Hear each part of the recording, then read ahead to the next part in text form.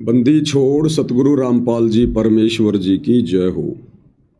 परम पिता परमात्मा सारी सृष्टि के रचनहार कुल मालिक असंख्य ब्रह्मांडों के स्वामी जगत गुरु तीनों लोकों में प्रवेश करके सबका धारण पोषण करने वाले राजाधिराज आत्माधार नाथों के नाथ देवों के देव महादेव सर्वेश्वर महेश्वर मृत्युंजय अजरो अमर आदि अनादि सनातनी प्रभु जगत पिता जगदीश्वर श्री श्री 1008 की उपाधि के वास्तविक अधिकारी अकाल मूर्त सौद स्वरूपी राम वासुदेव सर्वगतम ब्रह्म परम पूज्य प्रथम पूज्य परम संत परम पुरुष परम धनी परम दयालु सत्य कबीर हक्का कबीर अल्लाहु कबीर अल्लाहु अकबर बाखबर अल्लाह ताला जगत के तारणहार जगत के मुक्तिदाता जगत के जगन्नाथ हारे के सहारे हिंदुओं के राम मुसलमानों के अल्लाह सिखों के वाहिगुरु ईसाइयों के मसीह दया के सागर दया निधि करुणा के सागर करुणा निधि स्वयंभू परिभू संकट मोचन कष्ट हरण मंगल करण दुख भंजन अविगत कबीर निर्विकार निर्विषम परमात्मा अलय अलेख सतगुरु आदि अनादि सतगुरु असली मर्यादा पुरुषोत्तम असली राम असली कृष्ण असली घनश्याम असली मुरारी राजाओं के राजा महाराजाओं के महाराजा शहंशाहों के शहंशाह सम्राटों के सम्राट भगवानों के भगवान अल्लाहों के अल्लाह प्रभुओं के प्रभु मसीहाओं के मसीह सच्चे वाहिगुरु बाबाओं के बाबा पीरों के पीर सेठों के सेठ जगत सेठ सावड़सा सेठ सर्वगुण संपन्न अनंत कोटि कलाओं के स्वामी अनंत कोटि ब्रह्मांडों के नायक योगियों में महायोगी ध्यानियों में महाध्यानी सिद्धों में परम सिद्ध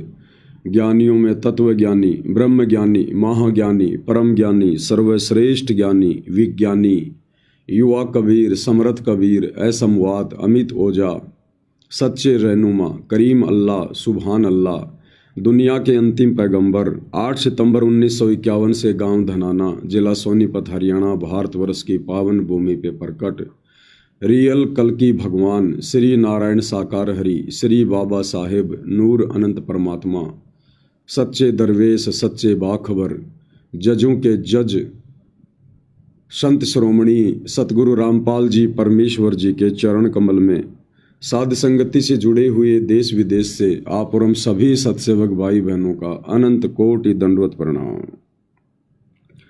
सच्चाई भाई और बहनों, बहुत बड़ी दया बहुत बड़ी मेहर पूज्य गुरुदेव भगवान की परमेश्वर रामपाल जी की, जिनके शुभ आशीर्वाद से विशेष आशीर्वाद से आप और हम सभी भाई बहन साथ संगति से जुड़कर हर प्रकार से मर्यादाओं में रहते हुए संघर्ष करते हुए इस सतभक्ति मार्ग पर अपनी आत्मा के कल्याण हेतु दृढ़ता के साथ निरंतर आगे की ओर बढ़ रहे हैं।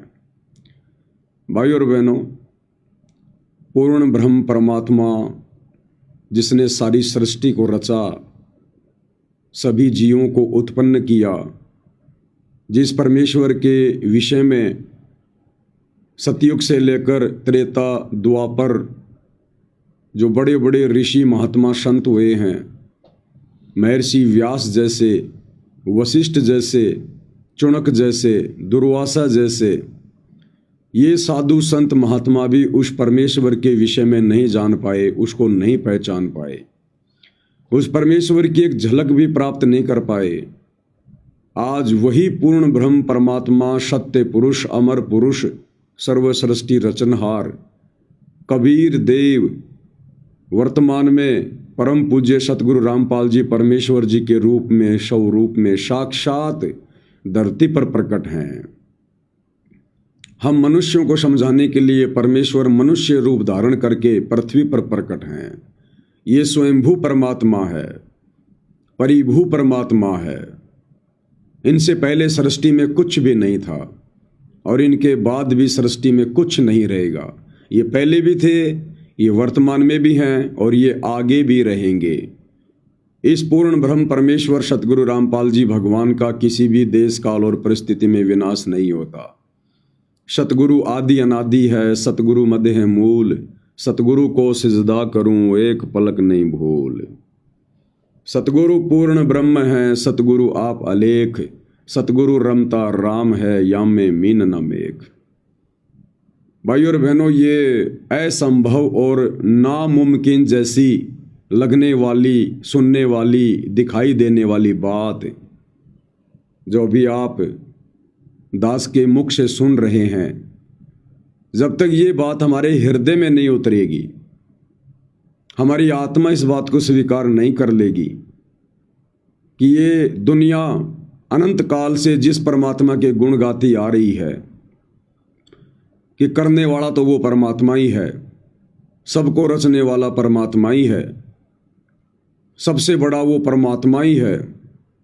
अज्ञानता में, ज्ञानहीनता में लोग जिसे निराकार की संज्ञा देते हैं कि वो दिखाई नहीं देता, किसी के सामने नहीं आता, वो परमात्मा वर्तमान में धरती पर सतगुरु रामपाल जी के रूप में प्रकट है।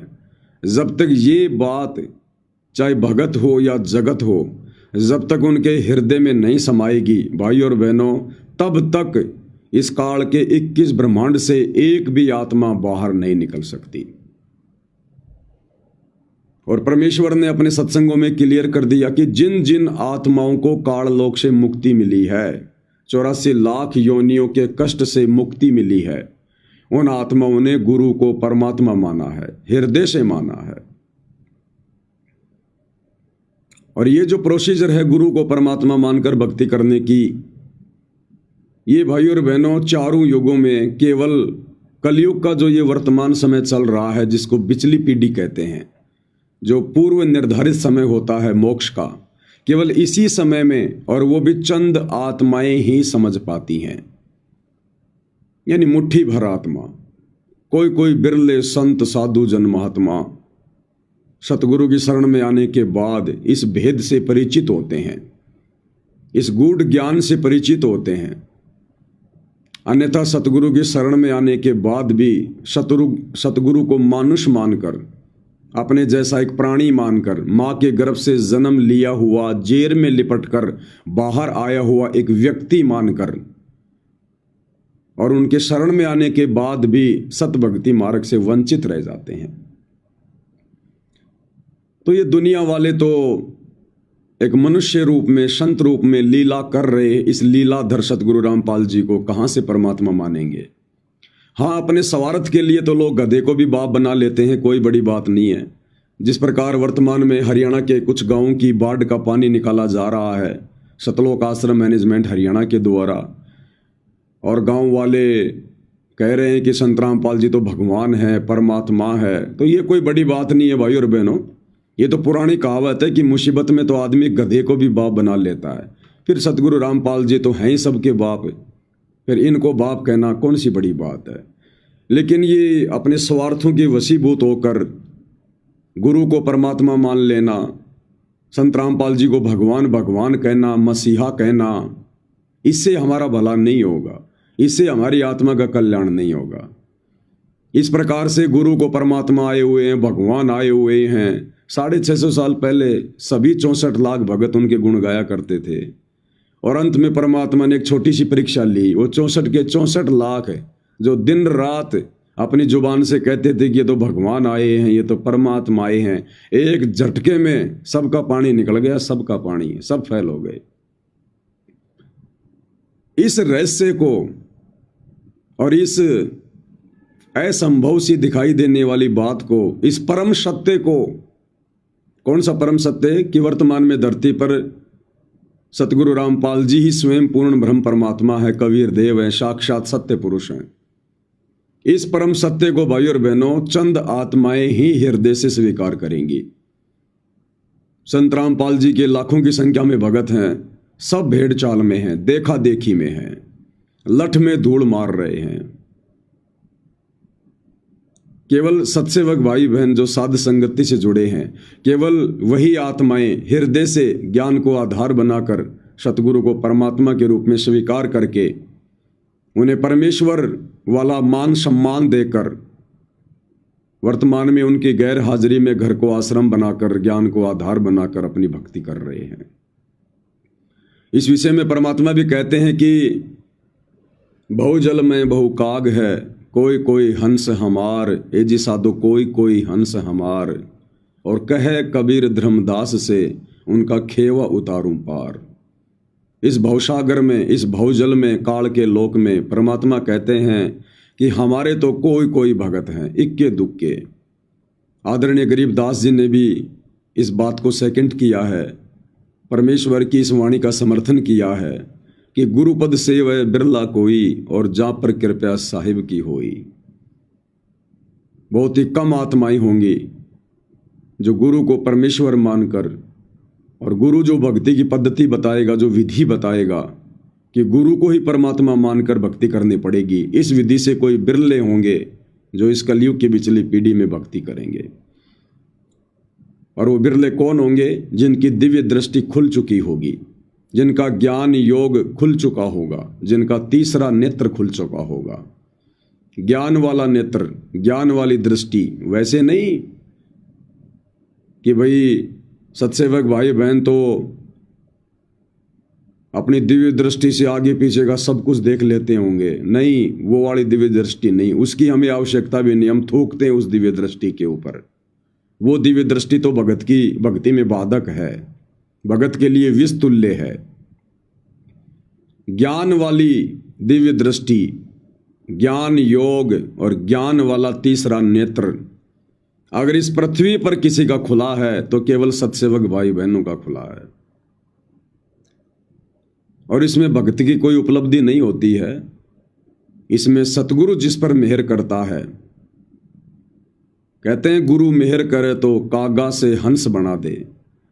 तो ये तो सतगुरु रामपाल जी, परमेश्वर जी की जिन जिन आत्माओं पर मेहर होगी, दया होगी, उन्हीं आत्माओं का ज्ञान वाला तीसरा नेत्र खुलेगा। अन्यथा गुरु के चरणों में बैठकर, गुरु की वर्षों से संगति करके, गुरु के अति निकट रहकर, गुरु के इर्द गिर्द रहकर, गुरु के परिवार में जन्म लेकर भी वो व्यक्ति गुरु को मानुष ही मानेगा, अपने मनुष्य जीवन को बर्बाद ही करके जाएगा। तो ये दिव्य दृष्टि, ये तीसरा नेत्र हर किसी का नहीं खुलता है। इसके विषय में परमेश्वर ने अपनी एक वाणी में कहा है, ये कबीर सागर की अमर वाणी है। परमेश्वर रामपाल जी ने अपनी पुस्तक में इसको शामिल किया है। और क्या कह रहे हैं गुरुदेव भगवान? वाणी है, बालक सम है जाको ज्ञाना, तासो कहूँ वचन परवाना। कबीर सागर में लिखा हुआ है, परमात्मा कहते हैं कि ये जो प्रथम नाम उपदेश है किसको दिया जाता है? प्रथम नाम उपदेश उसको दिया जाता है जिसका ज्ञान अभी बालक के जैसा होता है। भले वो व्यक्ति 80 साल का है, 60 साल का है, बहुत बड़ा कोई मंत्री है, IAS अधिकारी है, लेकिन भक्ति मार्ग में वो व्यक्ति अभी बालक के जैसा है। उसकी बुद्धि आध्यात्मिक क्षेत्र में बच्चे के जैसी है। तो परमेश्वर कहते हैं बालक सम है जाको ज्ञाना, ताशो कहूँ वचन परमाना। यानी उसको ये प्रथम मंत्र दिया जाता है शुरुआत में, शास्त्र अनुकूल शत भक्ति वाला, जो वर्तमान में परमेश्वर रामपाल जी दे रहे हैं। तो प्रथम मंत्र में जो आत्माएं होती हैं, उनका जो ज्ञान होता है, जो बुद्धि होती है, वो एक बच्चे के जैसी होती है, बालक के जैसी होती है। फिर आगे परमेश्वर कहते हैं, जा कहें सूक्ष्म ज्ञान है भाई, ता कहें सुमरण देऊं लखाई। फिर जिसको उस प्रथम मंत्र की कुछ महीने भक्ति करने के बाद में, जिसकी धीरे धीरे बुद्धि खुलने लग जाती है, जो ज्ञान को समझने लग जाता है, आत्म कल्याण के प्रति चिंतित होने लगता है, यानी इसको सूक्ष्म ज्ञान होने लगता है। सूक्ष्म ज्ञान यानी जो ज्ञान अन्य लोगों को नहीं होता, जगत वालों को नहीं होता, बड़े बड़े पंडितों को, आचार्यों को, शंकराचार्यों को नहीं होता है, बड़े बड़े विद्वानों को नहीं होता है, वो ज्ञान फिर उस भगत को धीरे धीरे धीरे धीरे सतगुरु के सत्संग सुनकर होने लग जाता है। उसको कहते हैं सूक्ष्म ज्ञान होना। तो परमात्मा ने कहा कि फिर दोबारा जो शतनाम दिया जाता है, 2 मंत्र की जो दीक्षा दी जाती है, कहते हैं फिर वो उस भगत को दी जाती है जो धीरे धीरे इस सूक्ष्म ज्ञान को समझने लग जाता है। सूक्ष्म ज्ञान यानी सूक्ष्म वेद को, 5वें वेद को, जो सतगुरु हमें आकर बताते हैं, कबीर सागर के गूढ़ रहस्यों को।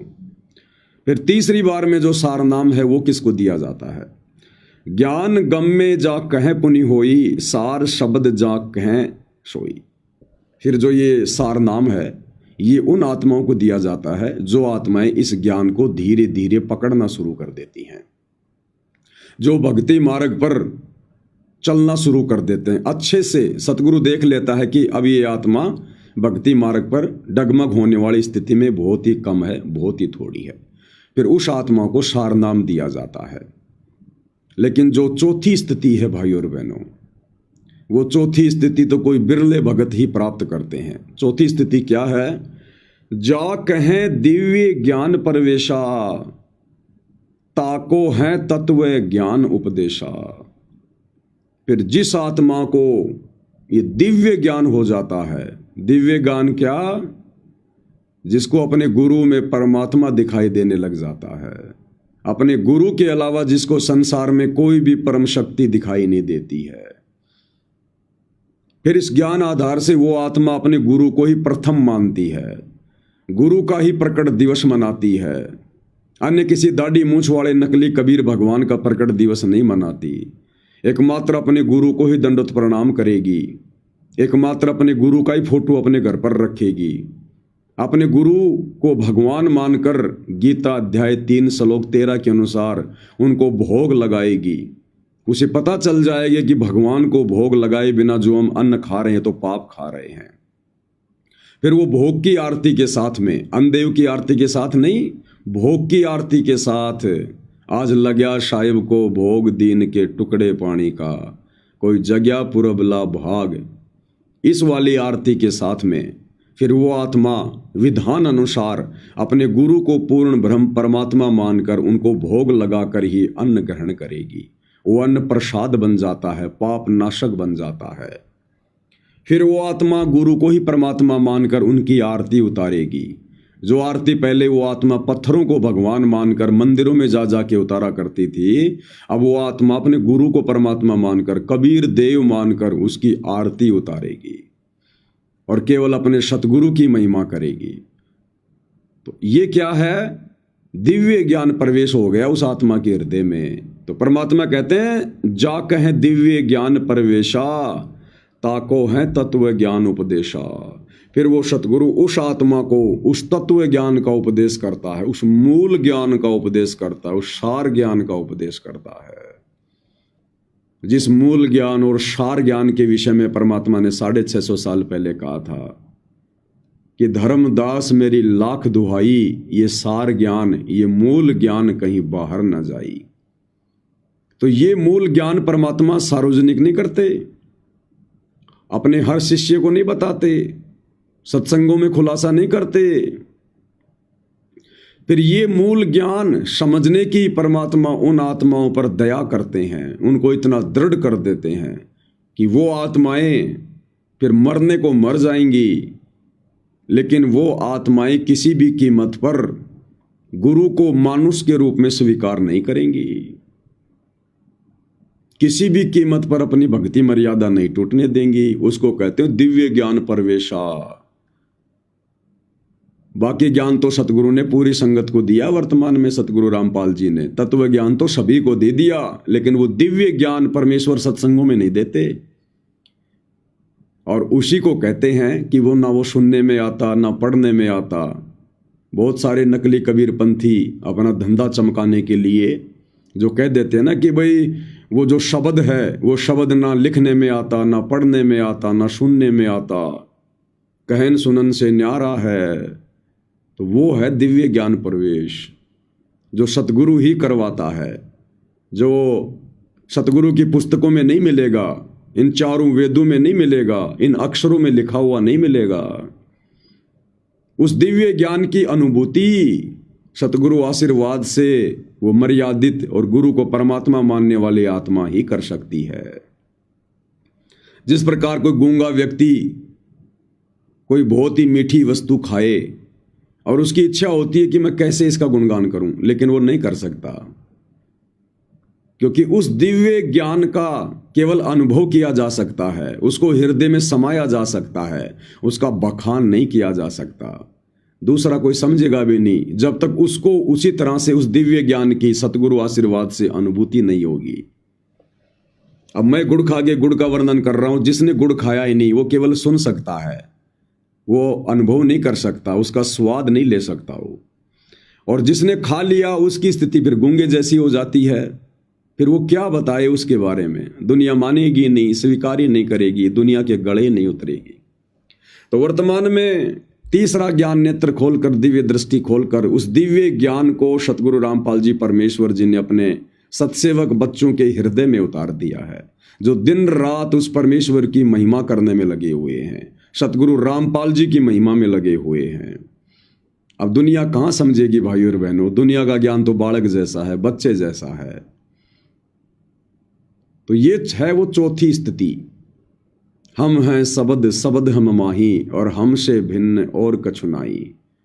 गुरुदेव कहते हैं कि मैं ही वो शब्द, जिस शब्द से पूरी सृष्टि रची गई है, जिस शब्द से तुम आत्माओं को शतलोक में उत्पन्न किया गया था, जिस शब्द से ये ब्रह्मा विष्णु महेश बनाए गए हैं, काल और महाकाल बनाए गए हैं, पूरी सृष्टि को रचा गया है, वो शब्द है वो परमात्मा। हम हैं शब्द और शब्द हम माही, और हमसे भिन्न और कछु नाही। तो भाइयों और बहनों, ये जो दिव्य ज्ञान को हृदय में प्रवेश करवाने वाली जो रजा हुई है, ये केवल साध संगति से जुड़े भाई बहनों के ऊपर हुई है।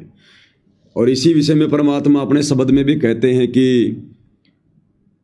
तत्व भेद एक न्यारा रे साधु भाई, तत्व भेद एक न्यारा, तत्व भेद एक न्यारा रे साधु भाई, तत्व भेद एक न्यारा। एक तो होता तत्व ज्ञान, जो गुरुदेव पिछले 35 वर्षों से दे रहे हैं, संगत को दे रहे हैं, वो है तत्व ज्ञान। शास्त्रों की जानकारी, कबीर सागर को दिखाना, सूक्ष्म वेद को समझाना, सृष्टि रचना के विषय में बताना, ये है तत्व ज्ञान। इसके अलावा एक और है, वो है तत्व भेद। उस तत्व ज्ञान का भी निष्कर्ष तो कहते तत्व भेद एक न्यारा रे साधो भाई, तत्व भेद एक न्यारा। और उसको कौन समझेगा? सारी संगत नहीं समझेगी। समझेगा कोई गुरुमुख प्यारा, तत्व भेद एक न्यारा। उस तत्व भेद को तो कोई गुरुमुख प्यारा भगत ही समझेगा। और गुरुमुख प्यारा भगत कौन होगा? जो गुरु को ही परमात्मा मानेगा, गुरु को ही परमेश्वर मानेगा, गुरु को मानुष नहीं मानेगा। वो माँ के गर्भ से जन्म लिया हुआ कर नहीं मानेगा। चाहे गुरु अपने मुख से कहो कि मेरा जन्म हुआ है, मेरे माता पिता हैं, मेरा किसान परिवार में जन्म हुआ है, गुरु चाहे लाख बार कहे अपने आप को छुपाते हुए, लेकिन जिस आत्मा के हृदय में गुरु ने वो दिव्य ज्ञान प्रवेश करवा दिया, उस तत्व भेद को उस आत्मा के हृदय में डाल दिया, फिर वो आत्मा भाई और बहनों इन चीज़ों पर ध्यान नहीं देती।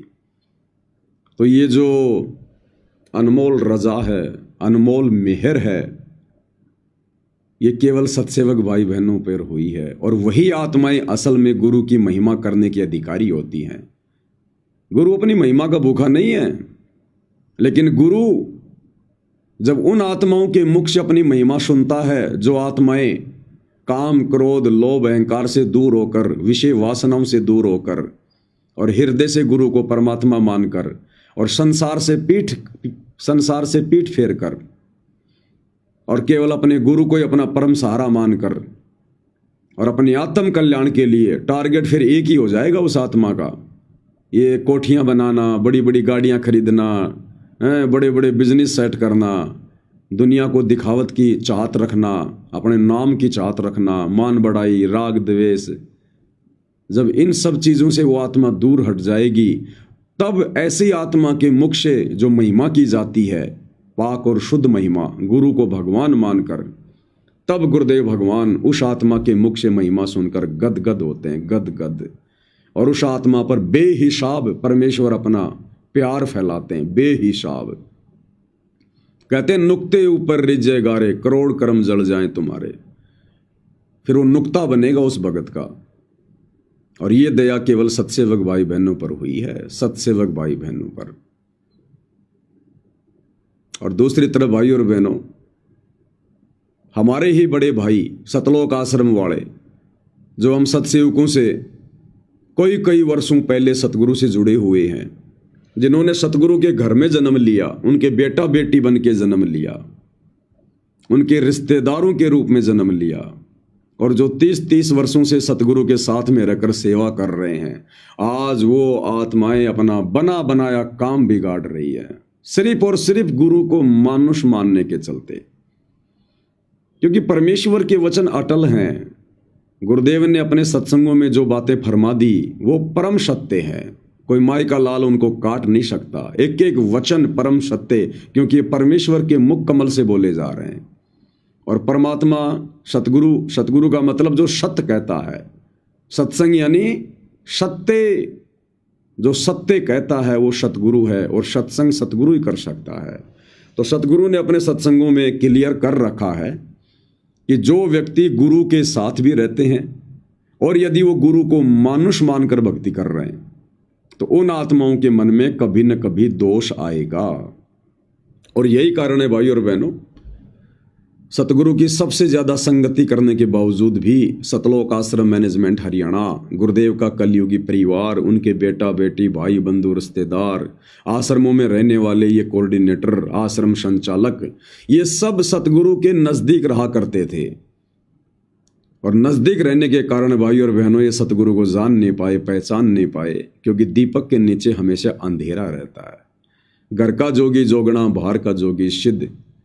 उन आत्माओं पर गुरु की विशेष रजा है जिन आत्माओं को गुरुदेव ने अपने बेटा बेटी के रूप में जन्म नहीं दिया, अपने रिश्तेदारों के रूप में जिनको पैदा नहीं किया, जिन आत्माओं को गुरु ने आश्रम में अपने पास में नहीं रखा, उन आत्माओं का परम सौभाग्य जो गुरु से दूर रहकर, गुरु के ज्ञान को समझकर, ज्ञान को आधार बनाकर जिन आत्माओं ने भक्ति करके गुरु को परमात्मा के रूप में स्वीकार किया है। अन्यथा आज वर्तमान में सतगुरु रामपाल जी परमेश्वर जी की सबसे बड़ी बदनामी का कारण, देश दुनिया में उनकी निंदा का कारण वही भगत बने हुए हैं जो भगत दिन रात उनके साथ में रहते हैं, उनके साथ में रहा करते थे। उनके बेटा बेटी, भाई बंधु, रिश्तेदार, ये कोऑर्डिनेटर सबसे बड़ी निंदा का कारण बने हुए हैं। और भाई और बहनों, परसों की तारीख में तो इन्होंने तोड़ पाड़ दिया, तोड़ पाड़ दिया। इन्होंने हद पार कर दी गुरु को मानुष मानने की, गुरु को मानुष मानने की।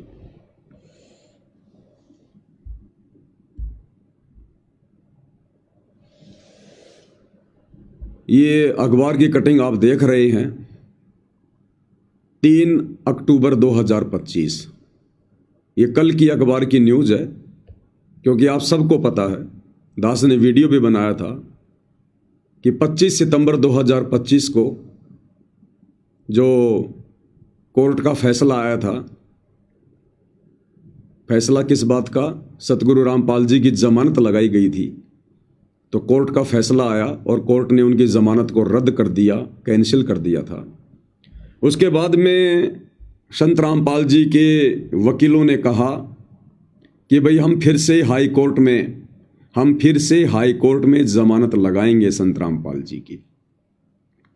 तो उन वकीलों ने, यानी सतगुरु रामपाल जी के परिवार ने, क्योंकि वकीलों को फीस कौन देगा, आश्रम मैनेजमेंट देगा, संत रामपाल जी के परिवार वाले देंगे, उनके बेटा बेटी देंगे, उनका भाई देगा। तो वकील तो वही करेंगे, उतना ही करेंगे और वैसा ही करेंगे जैसा उनको निर्देश दिए जाएंगे। तो फिर वकीलों ने हाई कोर्ट में अर्जी लगाई, याचिका लगाई। और क्या याचिका लगाई भाई और बहनों, डूब के मरने की बात है, डूब के मरने की बात। अगर जरा भी शर्म बाकी है इन सतलोक आश्रम वालों में, तो इन लोगों को डूब के मर जाना चाहिए, डूब के। इस कदर ये लोग गुरु निंदा करवाकर पाप के भागी बन चुके हैं, दोषी बन चुके हैं। एक तरफ तो पूरी दुनिया में ये लोग डंका पीटते हैं कि ये भगवान आए हुए हैं, संत रामपाल जी भगवान आए हुए हैं, बंदी छोड़ सतगुरु रामपाल जी भगवान की जय। इनको भगवान की परिभाषा का भी नहीं पता। इनको डंका पीटते हैं कि भगवान आए हुए, हमारे गुरुजी भगवान हैं, भगवान है। अरे भगवान तो हैं, तुम्हारे कहने से कोई डबल भगवान नहीं हो जाएंगे। लेकिन कहने कहने से बात नहीं बनती। कहने को तो दुनिया इन पत्थरों को भी कह रही है कि ये भगवान हैं, और उनको भगवान मानती है, तभी तो उनके तीर्थों पर जाती है, उन मंदिरों में जाती है, मस्जिदों में जाती है, चर्चों में जाती है, उनके नाम के भंडारे करती है, दान धर्म करती है, उनके सत्संग करवाती है। तो कहने को तो दुनिया इन पत्थरों को भी भगवान कह रही है, लेकिन क्या दुनिया के कहने से पत्थर भगवान हो जाएंगे? तो इसी प्रकार कहने को तो ये सतलोक आश्रम वाले, गुरुदेव के बेटा बेटी, भाई बंधु रिश्तेदार और ये लाखों की मूढ़ संगत भेड़ चाल में जो चल रही है, ये भी कहने को तो अपने गुरु को भगवान कह रही है, लेकिन इनके कहने मात्र से इनको कोई फायदा नहीं होने वाला। वे तो भगवान हैं, लेकिन इन लोगों के भेड़ चाल में चलते हुए उनको भगवान कहने मात्र से इनका कोई भला नहीं होने वाला। और जो कार्य भाई और बहनों हाई कोर्ट में याचिका लगाकर संत रामपाल जी की तरफ से जो कुकृत्य, जो कुकर्म, जो निंदनीय और शर्मनाक कार्य इन आश्रम वालों ने किया है, इसकी जितनी निंदा की जाए भाई और बहनों उतनी कम है। क्या है इस न्यूज में? इन्होंने जो याचिका लगाई हाई कोर्ट में, तो कल मीडिया के माध्यम से उसका जवाब आ गया है। तो इन सतलोक आश्रम वालों ने क्या याचिका लगाई है? रामपाल का आश्वासन, यानी सतगुरु रामपाल जी की तरफ से याचिका लगाई गई है। रामपाल का आश्वासन, कभी कोर्ट की अवमानना नहीं होगी। अदालत की अवमानना का सामना कर रहे बरवाड़ा स्थित सतलोक आश्रम के प्रमुख रामपाल और उनके सहयोगियों को घटना पर पछतावा है। यानी सतलोक आश्रम मैनेजमेंट हरियाणा वालों ने जो आरोप लगाए थे बरवाला कांड को लेकर प्रशासन पर कि ये बरवाला कांड प्रशासन ने करवाया है, इस बरवाला कांड के दोषी प्रशासन वाले हैं। और जो जजों के खिलाफ जो पुस्तकें लिखी थी कि जज भ्रष्ट हैं, कि बरवाला कांड के दोषी जज हैं, न्यायपालिका है, हमारे साथ में जबरदस्ती कर रही है, हम भक्तों का कोई दोष नहीं है। फिर उसके बाद जब मीडिया ने तरह तरह की बातें उछाली संत रामपाल जी को लेकर, तो ये आश्रम वाले कहा करते थे कि मीडिया झूठ बोल रही है, मीडिया गलत है, संत रामपाल जी दोषी नहीं है, ये बरवाला कांड तो बीजेपी सरकार ने करवाया है। ये बरवाड़ा आश्रम के जो प्रवक्ता हैं, ये चीख चीख के कहा करते थे कांग्रेस की रैलियों में कि बरवाला कांड के मुख्य दोषी ये बीजेपी सरकार है। फिर इन धर्म गुरुओं के ऊपर भी दोष मढ़ा जाता था कि बरवाला कांड में धर्म गुरुओं की भूमिका है, ये धर्म गुरु दोषी हैं, इन्होंने बरवाला कांड कराया है सरकार के साथ मिलकर। आज भाई और बहनों, सतलोक आश्रम मैनेजमेंट हरियाणा वालों ने हाई कोर्ट में याचिका लगाकर उन मीडिया वालों को भी दोष मुक्त कर दिया कि मीडिया जो कह रही थी बिल्कुल सही कह रही थी बाबा रामपाल के बारे में। प्रशासन भी बिल्कुल सही है, प्रशासन का भी कोई दोष नहीं है किसी प्रकार का बरवाला कांड में, और जजों का भी कोई दोष नहीं है किसी प्रकार का बरवाला कांड में। आज वो काम कर दिया इन्होंने, बाबा रामपाल की पूरे हरियाणा में इन्होंने थू थू करवा दी, थू थू। और एक बार समाज को ये कहने का मौका दे दिया कि भाई देख लो, आखिर बाबा रामपाल ने प्रशासन के आगे घुटने टेक ही दिए। देख लो, ये भगत कहा करते यो भगवान आ रहा है, यो परमात्मा आ रहा है। आज इस परमात्मा ने जज के सामने घुटने टेक दिए। एक बार फिर से पूरे हरियाणा में ये बात जोर शोर से चर्चा का विषय बन गई है कि या है बाबा रामपाल की औकात, या है इन आश्रम वालों की औकात। हम तो पहले ना कहा करते थे, आज उन दुनिया वालों को एक बार फिर से बोलने का मौका दे दिया इन सतलोक आश्रम वालों ने। क्या करवा कर? हाई कोर्ट में ये याचिका लगाकर। क्या याचिका लगाई इन्होंने? इन्होंने हाई कोर्ट में ये याचिका लगाई है कि संत रामपाल जी को और उनके भक्तों को बरवाला कांड की घटना पर गहरा दुख है। हमें पछतावा है बरवाला कांड की घटना पर। हम दोषी हैं बरवाला कांड के। घुटने टिकवा दिए जज के आगे, प्रशासन के आगे भगतों ने अपने भगवान के, याचिका लगाकर उनकी तरफ से कि संत रामपाल जी को और उनके भक्तों को बरवाला कांड की घटना पर पछतावा है कि हमने बरवाला कांड में ऐसा कार्य नहीं करना चाहिए था। हमने बरवाला कांड में भक्तों को कमांडो नहीं बनाना चाहिए था। हमने भक्तों को प्रशासन के साथ में लड़ने झगड़ने के लिए खड़ा नहीं करना चाहिए था। हम लोगों ने कोर्ट की अवमानना नहीं करनी चाहिए थी। हम लोगों ने सीधे सीधे कोर्ट में जाना चाहिए था। कोर्ट के आदेश की पालना करनी चाहिए थी। आज 10 साल बाद सतलोक आश्रम मैनेजमेंट हरियाणा वालों की आंखें खुली हैं। आज इन्होंने घुटने टेके हैं प्रशासन के आगे, जज के आगे। आज इन्होंने अपनी गलती मान ली है कि हम भी गलत थे और बाबा रामपाल भी गलत था। रामपाल का आश्वासन कभी कोर्ट की अवमानना नहीं होगी और माफी मंगवाई जा रही है संत रामपाल जी से। माफी, घुटने टिकवाए जा रहे हैं कि आगे से मैं कभी भी कोर्ट की अवमानना नहीं करूंगा। आगे से मैं कभी भी ऐसी गलती नहीं करूंगा जो मैंने बरवाला कांड में की। बाबा रामपाल का आश्वासन, कभी कोर्ट की अवमानना नहीं होगी। यानी मैंने पहले कोर्ट की अवमानना की है, यह साबित करवा दिया आश्रम वालों ने कि बरवाला कांड का दोषी बाबा रामपाल है और हम भगत हैं।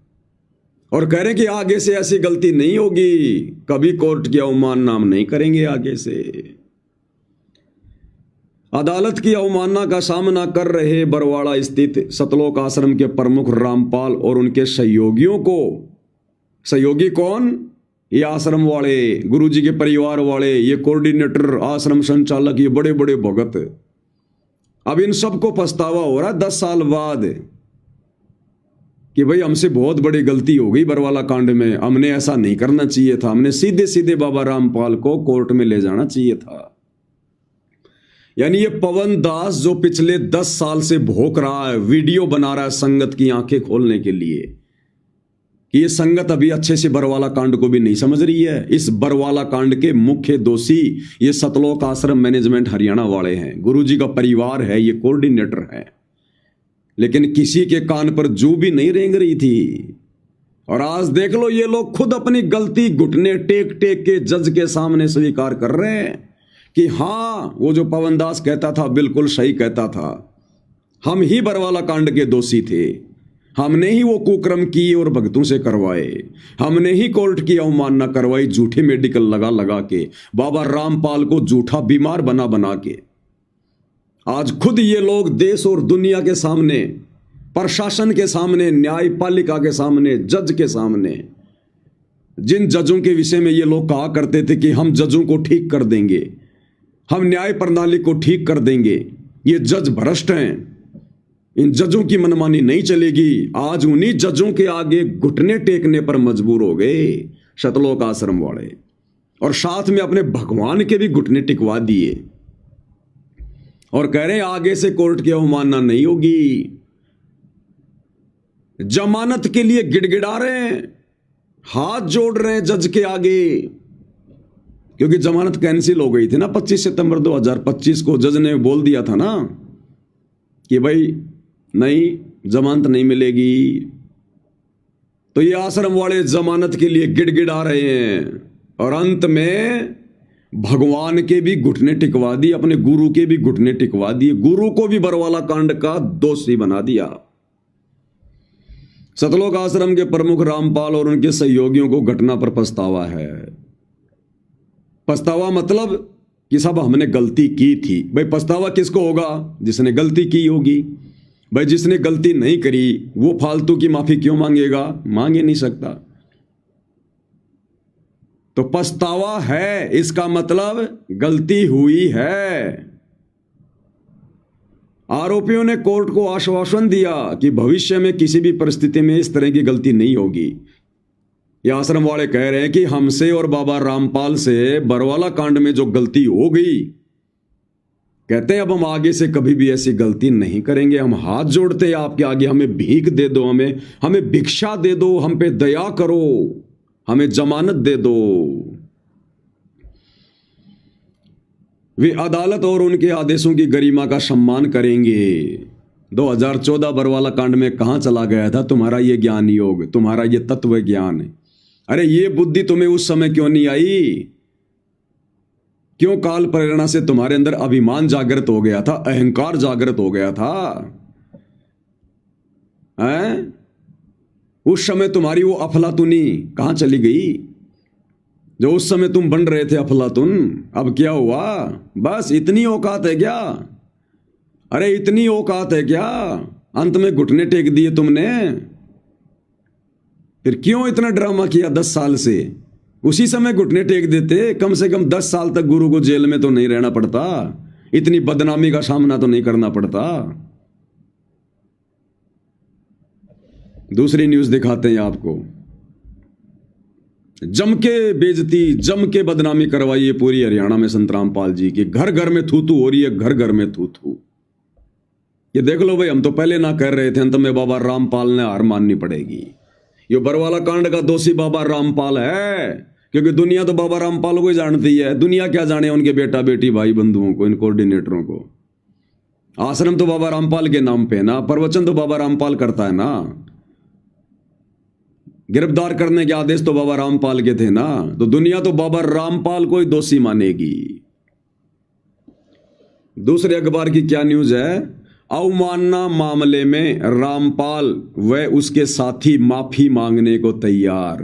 यानी कोर्ट में जज के आगे गिड़गिड़ाने को तैयार है बाबा रामपाल। अपनी जमानत की भीख मांग रहा है बाबा रामपाल जजों के सामने।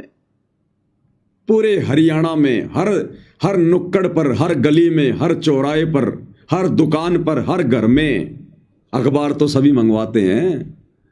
और उन अखबारों की क्या सुर्खियां हैं ये कि बाबा रामपाल माफी मांगने को तैयार है। अरे माफी कौन मांगेगा जो गलत है?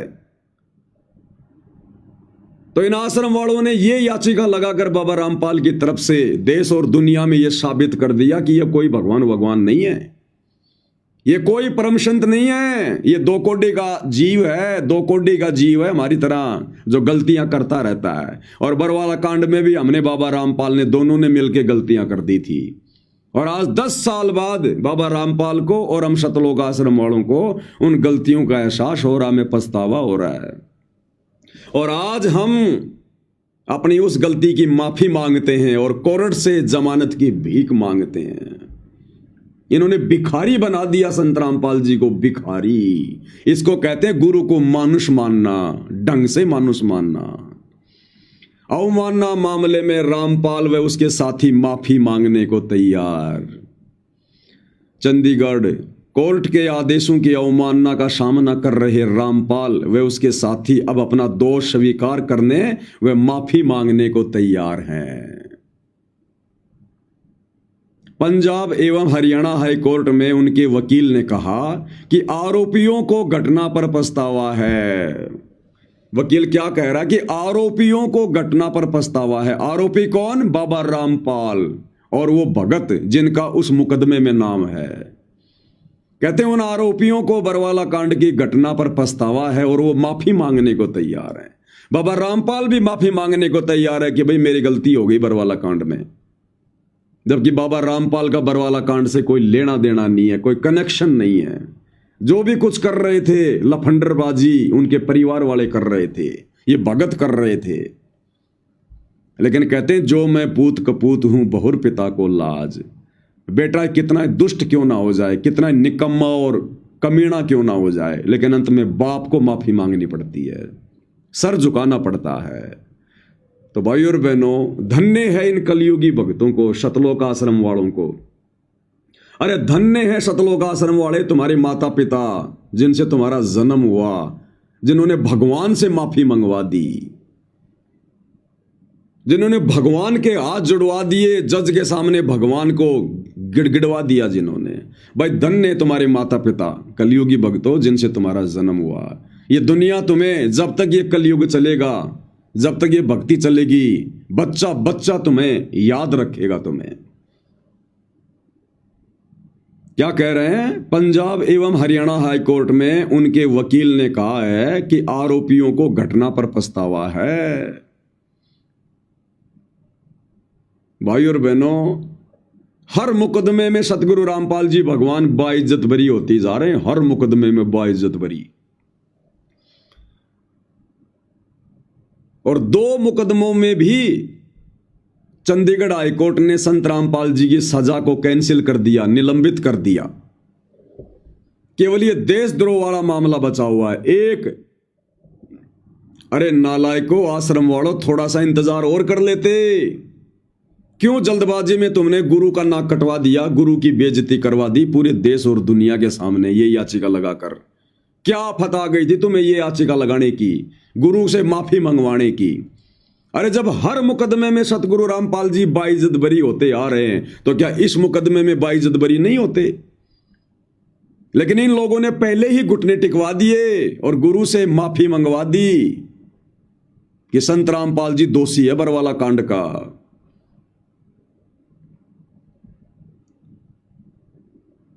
वकील ने कहा कि आरोपियों को घटना पर पछतावा है और वे भविष्य में किसी भी परिस्थिति में इस तरह की गलती दोहराने का साहस नहीं करेंगे। कह रहे बाबा रामपाल और उनके भगत निकट भविष्य में प्रशासन से पंगा लेने की दोबारा गलती नहीं करेंगे, इतनी हिम्मत नहीं करेंगे दोबारा। इसके साथ ही अदालत और उसके आदेशों की गरिमा का सम्मान करेंगे। अरे बरवाला कांड में कर लेते भाई सम्मान है। अरे बरवाला कांड में सम्मान कर लेते, ये माफी अगर उस समय मांग लेते तुम, तो क्यों गुरु 10 साल से जेल की सजा भोगता? क्यों देश और दुनिया में बदनामी का कारण बनता? हाई कोर्ट ने 2014 में अवमानना की कार्रवाई शुरू की थी। 2014 में जब पुलिस रामपाल को गिरफ्तार करने गई तो उसने गिरफ्तारी का विरोध करने के लिए महिलाओं और बच्चों सहित बड़ी संख्या में भक्तों को इकट्ठा किया। इससे हिंसक झड़पें हुई। देखो, दोषी दुनिया अभी भी संत रामपाल जी को ही मान रही है कि बाबा रामपाल ने महिला और बच्चों को ढाल बनाया, जबकि इन आश्रम वालों ने महिला और बच्चों को ढाल बनाया, कमांडो बना बना के खड़े कर दिए गुरु का आदेश बताकर। लेकिन दुनिया नहीं जानती है कौन आश्रम वाले हैं, कौन उनके बेटा बेटी हैं। दुनिया तो बाबा रामपाल को जानती है। एफआईआर के अनुसार रामपाल ने उस समय 600 से 700 महिलाओं और बच्चों को मुख्य द्वार के बाहर बैठा दिया और 1500 से 2000 युवा लाठी, बम और बंदूक लेकर आश्रम की छत पर तैनात रहे।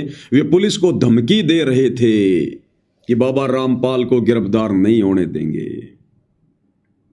अब कहां गया भाई तुम्हारा जोश? अरे कागजी शेरो, सतलोक आश्रम वालों, अब कहां गया तुम्हारा जोश कि हम प्रशासन को ठीक कर देंगे, हम उन जजों को ठीक कर देंगे? अरे तुम तो जजों के आगे गिड़गिड़ा रहे हो, तुम तो माफी मांग रहे हो, भीख मांग रहे हो, साथ में अपने गुरु से भीख मंगवा रहे हो। भाई यही है क्या तुम्हारी राष्ट्रीय समाज सेवा समिति? देश और दुनिया को सुधारने का ठेका ले रहे थे तुम। और दिखाते हैं आपको, क्योंकि जम के हरियाणा में न्यूज वायरल हुई है भाई और बहनों। ये देखिए अमर उजाला, अवमानना मामले में रामपाल व उसके साथी माफी मांगने को तैयार। आदमी थू थू कर रहा है, हर आदमी थू थू। यो है बाबा रामपाल, या है बाबा रामपाल की असलियत, सच्चाई। देख लो भाई, हम तो पहले ना कहते थे कि वो बाबा रामपाल दोषी है, एक नंबर का गुंडा है, एक नंबर का बुंडा है। आज इन आश्रम वालों ने ठप्पा लगा दिया कि हां बाबा रामपाल गुंडा है, बुंडा है, और बरवाला कांड में बाबा रामपाल का ही हाथ था। आज इन्होंने खुद हाई कोर्ट में ये याचिका लगवा कर वकीलों के माध्यम से देश और दुनिया में साबित कर दिया कि बरवाला कांड का दोषी ना तो हरियाणा प्रशासन, ना बीजेपी सरकार, ना मीडिया और ना जज। इन्होंने खुद आज अपनी गलती मांग ली 10 साल बाद में कि बरवाला कांड के असली दोषी बाबा रामपाल और बाबा रामपाल के भगत। भाई गुरु तो गुड़ था, चेलों ने शक्कर कर डाली। ये होता गुरु को मानुष मानना। जम के गुरु की बदनामी, जम के गुरु की बदनामी। और बरवाला कांड के समय की ये न्यूज आप जियों को दास दिखाया करता था, उस समय आपकी आंखें बंद थी। क्या कह रहे थे ये सहयोगी, ये आश्रम वाले जो पकड़े गए थे उस समय? इन्होंने अपने बयान दिए। फिर झूठ बोल रहा है रामपाल। खासम खास बोले बाबा ने कहा था बच्चों व महिलाओं को बनाओ ढाल। ये इनके स्टेटमेंट थे उस समय। और जब मैं अखबार की न्यूज दिखाया करता था तो संगत कहती है पवन दास तो पागल हो गया, गुरुद्रोही है, ये झूठी न्यूज दिखा रहा है। हमारे गुरुजी का कोई दोष नहीं है, आश्रम वालों का कोई दोष नहीं है। आज इन अखबारों की हेडलाइनों को इन आश्रम वालों ने सत्य साबित कर दिया। हाई कोर्ट में याचिका लगा के आज ये खुद अपना दोष स्वीकार कर रहे हैं कि बरवाला कांड में अगर कोई दोषी था तो केवल बाबा रामपाल और हम भगत। इन्होंने खुद साबित कर दिया। अरे अगर जज के आगे रोना ही था, गिड़गिड़ाना ही था, माफी मांगनी थी, अपनी गलती स्वीकार करनी थी, तो नालायकों क्यों बरवाला कांड में तुमने 6 आत्माओं को मरवाया? क्यों भक्तों को उकसाकर, जोश दिलाकर, काले कपड़े पहना के, उनको कमांडो बना के क्यों पुलिस वालों के सामने मरने मारने को खड़ा किया? क्यों तुमने अपने सतगुरु की देश और दुनिया में बदनामी करवाई, बेइज्जती करवाई, थू थू करवाई उनकी? अरे तुम्हारा दोगला आचरण तुम्हें ले डूबेगा। तुम एक तरफ तो देश और दुनिया में डंका पीट रहे हो, संत रामपाल जी भगवान है भगवान है, और दूसरी तरफ तुम उनकी तरफ से ये माफीनामा कोर्ट में पेश करके और ये भी साबित कर रहे हो कि भगवान गलतियों का पुतला होता है, भगवान तो गलतियां भी करता है। और 2014 बरवाला कांड में संत रामपाल जी भगवान ने गलती कर दी थी। उस गलती की आज 10 साल बाद हमें आज पछतावा हो रहा है और हम कोर्ट के आगे माफी मांग रहे हैं। धन्य हो कलयुग के भक्तों, धन्य तुम्हारे माता पिता जिनसे जन्म हुआ, जिन्होंने गुरु को घुटनों के बल बैठने पर मजबूर कर दिया कोर्ट के आगे। अरे क्यों दुनिया में ज्ञान प्रचार कर रहे हो? फिर तुम क्यों ये डंका पीट रहे हो तुम सूखा कि हमारे गुरुजी संत रामपाल जी धर्मराज के दरबार में हमारे वकील बनकर और हमें काल की बंद से छुड़वाएंगे? अरे तुम्हारे अनुसार क्या खाक छुड़वाएंगे? तुमने तो यही संत रामपाल जी को, अपने भगवान को, जज के आगे घुटने टिकवा दिए। तो धर्मराय तो बहुत बड़ा जज है, वो तो सुप्रीम जज है तीनों लोगों का। तो वहां कैसे सतगुरु रामपाल जी जज के सामने तुम्हारा मुकदमा लड़ेंगे? वहां तुम्हें कैसे छुड़वाएंगे जब यहीं पर सतगुरु रामपाल जी ने जज के आगे घुटने टेक दिए, हार मान ली? इसको कहते हैं भाई और बहनों गुरु को मानुष मानना। काल ने क्या कहा था? जाओ जोग जीत संसारा, जीवन मान का तुम्हारा। इनकी ऐसी बुद्धि फेर दूंगा, तू कितना ज्ञान दे लेना, कितने चमत्कार कर लेना, तेरे को भगवान नहीं मानने दूंगा। और ये तेरे भगत ही कदम कदम पर तेरे दुश्मन बन के खड़े होंगे, कदम कदम पर तेरे दुश्मन बनकर। अब कहां गए हो नकली बाबा, जिनको तुम कह रहे हो कि बरवाला कांड इन नकली बाबाओं ने करवाया, इन जजों ने बरवाला कांड करवाया, हरियाणा की बीजेपी सरकार ने बरवाला कांड करवाया। अरे आज कहां गए तुम्हारे बोल वचन, तुम्हारे स्टेटमेंट? आज तुम लोगों ने खुद ये साबित कर दिया कि बरवाला कांड तो बाबा रामपाल ने करवाया और हम भक्तों ने किया और कोई दोषी नहीं है बरवाला कांड में। अरे किस मुंह से लोगों को कहोगे कि रामपाल जी भगवान है, ये परमात्मा है, इनका नाम लो, इनसे जुड़ो? हमारे गुरुजी सत्संग सुनाकर गलतियां छुड़वाते हैं, बुराइयां छुड़वाते हैं, और तुम खुद कह रहे हो कि हमारे गुरुजी तो खुद ही गलती करते हैं।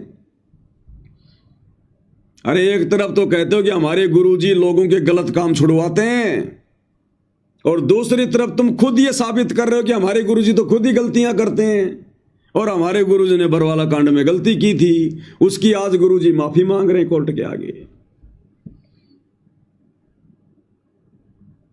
भाई और बहनों, एक सत्संग में गुरुजी ने बताया एक आदमी को सजा हो गई, उसको दोषी करार दे दिया गया, और जिस दिन उसको सजा सुनानी थी उस दिन उसको राजा के सामने पेश किया गया। राजा ने कहा भाई देख ले, तू दोषी साबित हो गया, अब तेरे को सजा दी जाती है। और तेरे सामने तीन ऑप्शन है, तीन ऑप्शन, जो तेरे को अच्छा लगे वो सजा ले ले। पहली सजा है 20 साल की जेल। दूसरी सजा है शरीर पर 100 कोड़े खाए जाएंगे, तेरे को 100 कोड़े मारे जाएंगे शरीर पर। और तीसरी सजा है 100 प्याज खानी पड़ेंगे तेरे को, 100 प्याज, ओनियन। तो उस आदमी ने देखा, भैया 20 साल की सजा तो बहुत लंबी है, 20 साल में तो मैं मर लूंगा, परिवार से दूर रहूंगा, इससे अच्छा है प्याज खा ले, कोरड़े खाऊंगा उससे भी दर्द होगा, ऐसा करता हूं 100 प्याज खाने की सजा ले लेता हूं। तो बोला जी मैं 100 प्याज खा जाऊंगा, 100 प्याज खा लूंगा मैं। बोला भाई खा ले। उसके सामने प्याज ला के रख दी टोकरी में। अब भाइयों और बहनों, उसने 10 प्याज खाई बड़ी मुश्किल से, 12 खाई होंगी, 15 खाई होंगी, आंखों में आंसू आ गए, पेट भर गया, उल्टी आने को हो गई। बोला भाई साहब प्याज नहीं खाई जाती। तो बोला भाई 100 कोरड़े खा ले। हाँ बोले कोरड़े खा लूंगा 100। फिर लगे राजा के सिपाही मारने उसके कोरड़े। अब कोरड़े ऐसे थोड़े खाए जाते हैं, 2 कोरड़े लगते तो घोड़ा नीचे जमीन पर पड़ जाए। तो भाई ने 5-10 कोरड़े खाए, इतने में भाई मर गया मर गया मर गया, भाई माफ करो माफ करो, मैं तो 20 साल की सजाई भोग लूंगा, मैं तो 20 साल की सजाई भोग लूंगा। तो परमात्मा कहते हैं उस नालायक ने 100 प्याज भी, उसने वो प्याज भी खाई, शरीर पर कोरड़े भी खाए, और अंत में सजा वही भोगनी पड़ी जो सजा उसको राजा ने दी थी। वो सीधे सीधे 20 साल की सजा को स्वीकार कर लेता तो ना तो उसको प्याज खानी पड़ती, ना उसको कोरड़े खाने पड़ते। तो ये सतलोक आश्रम मैनेजमेंट हरियाणा वाले, अरे बरवाला कांड के समय अगर तुम सीधे सीधे कोर्ट में चले जाते और जो गलतियां तुम लोगों ने की थी, अगर उन गलतियों की तुम माफी मांग लेते, तो आज ना तो 10 साल की सजा भोगनी पड़ती, ना जेल में बैठना पड़ता, ना देश और दुनिया में बदनामी होती, ना कोई थूतू होती। और ये सारे काम तुमने करवा लिए, और उसके बाद तुमने उसी विधि से, जो विधि कोर्ट ने तुम्हें शुरू में बताई थी कि भाई माफी मांगनी पड़ेगी, अंत में तुमने वही किया फिर उस आदमी की तरह कि साहब हम बरवाला कांड के दोषी हैं। अरे पहले ही मान लेते अपनी गलती, वो आदमी पहले 20 साल की सजा को स्वीकार कर लेता तो ना तो कोरड़े खाने पड़ते, ना प्याज खानी पड़ती। तो तुम बरवाला कांड में ही कह देते कि साहब ठीक है हमारे से गलती हो गई साहब, हमने झूठे मेडिकल लगा दिए गुरु को मानुष मानकर, हमने गुरु को सलाह दी, गुरु को शिक्षा दी कि जैसा हम कहें तुम वैसा ही करो, गुरुजी हम संभाल लेंगे अपने आप सारा सब कुछ। अगर उसी समय तुम माफी मांग लेते, अपनी गलती स्वीकार कर लेते और सीधे सीधे सतगुरु रामपाल जी को कोर्ट में ले जाते, तो आज ये नौबत ही नहीं आ जाती। कोर्ट में तो फिर भी तुम्हें लेके जाना पड़ा, और अंत में तुमने वही किया, अंत में माफी मांगनी पड़ी तुम्हारे को। आज तुम लोगों ने यह साबित कर दिया कि संत रामपाल जी कोई भगवान नहीं है, कोई परमात्मा नहीं है, हमारे जैसा 2 कोड़ी का जीव है जिसने बरवाला कांड में गलती करी, और एक जज के सामने, एक व्यक्ति के सामने, और भगवान को भी हाथ जोड़ने पड़ रहे हैं, जमानत की भीख मांगनी पड़ रही है। अब इससे ज्यादा गुरु को मानुष और क्या मनवाओगे तुम नालायको? अपना जीवन बर्बाद कर लिया तुम लोगों ने, अपना जीवन बर्बाद कर लिया ये याचिका लगवा कर तुम लोगों ने। अरे जब एक एक करके सभी मुकदमों में संत रामपाल जी बाइज्जत बरी हो रहे हैं, तो तुम्हें इतनी जल्दबाजी क्या हो रही थी? अरे माफी मांगनी थी तो तुम लोग मांगते, संत रामपाल जी को क्यों भिखारी बनाया कोर्ट का? उन्होंने क्या गलती करी थी? क्या गलती करी संत रामपाल जी ने? माफी मांगनी थी तो तुम लोग मांगते, दोषी तुम हो भाई। और तुम क्या सोच रहे हो, तुम्हारे इस प्रकार से माफीनामा पेश करने से, गुरुजी को जमानत के लिए जज का भिखारी बनाने से, या कोर्ट में जाकर माफी मांग लेने से जमानत हो जाएगी? कभी नहीं होने वाली, कभी नहीं होने वाली। तुम कितना ही घटिया तरीका अपना लो, इस विधि से संत रामपाल जी जेल से बाहर नहीं आएंगे। अगर इस प्रकार जज के आगे हाथ जोड़ के, गिड़गिड़ा के, जमानत के लिए भीख मांगकर अगर जमानत पर संत रामपाल जी आ गए,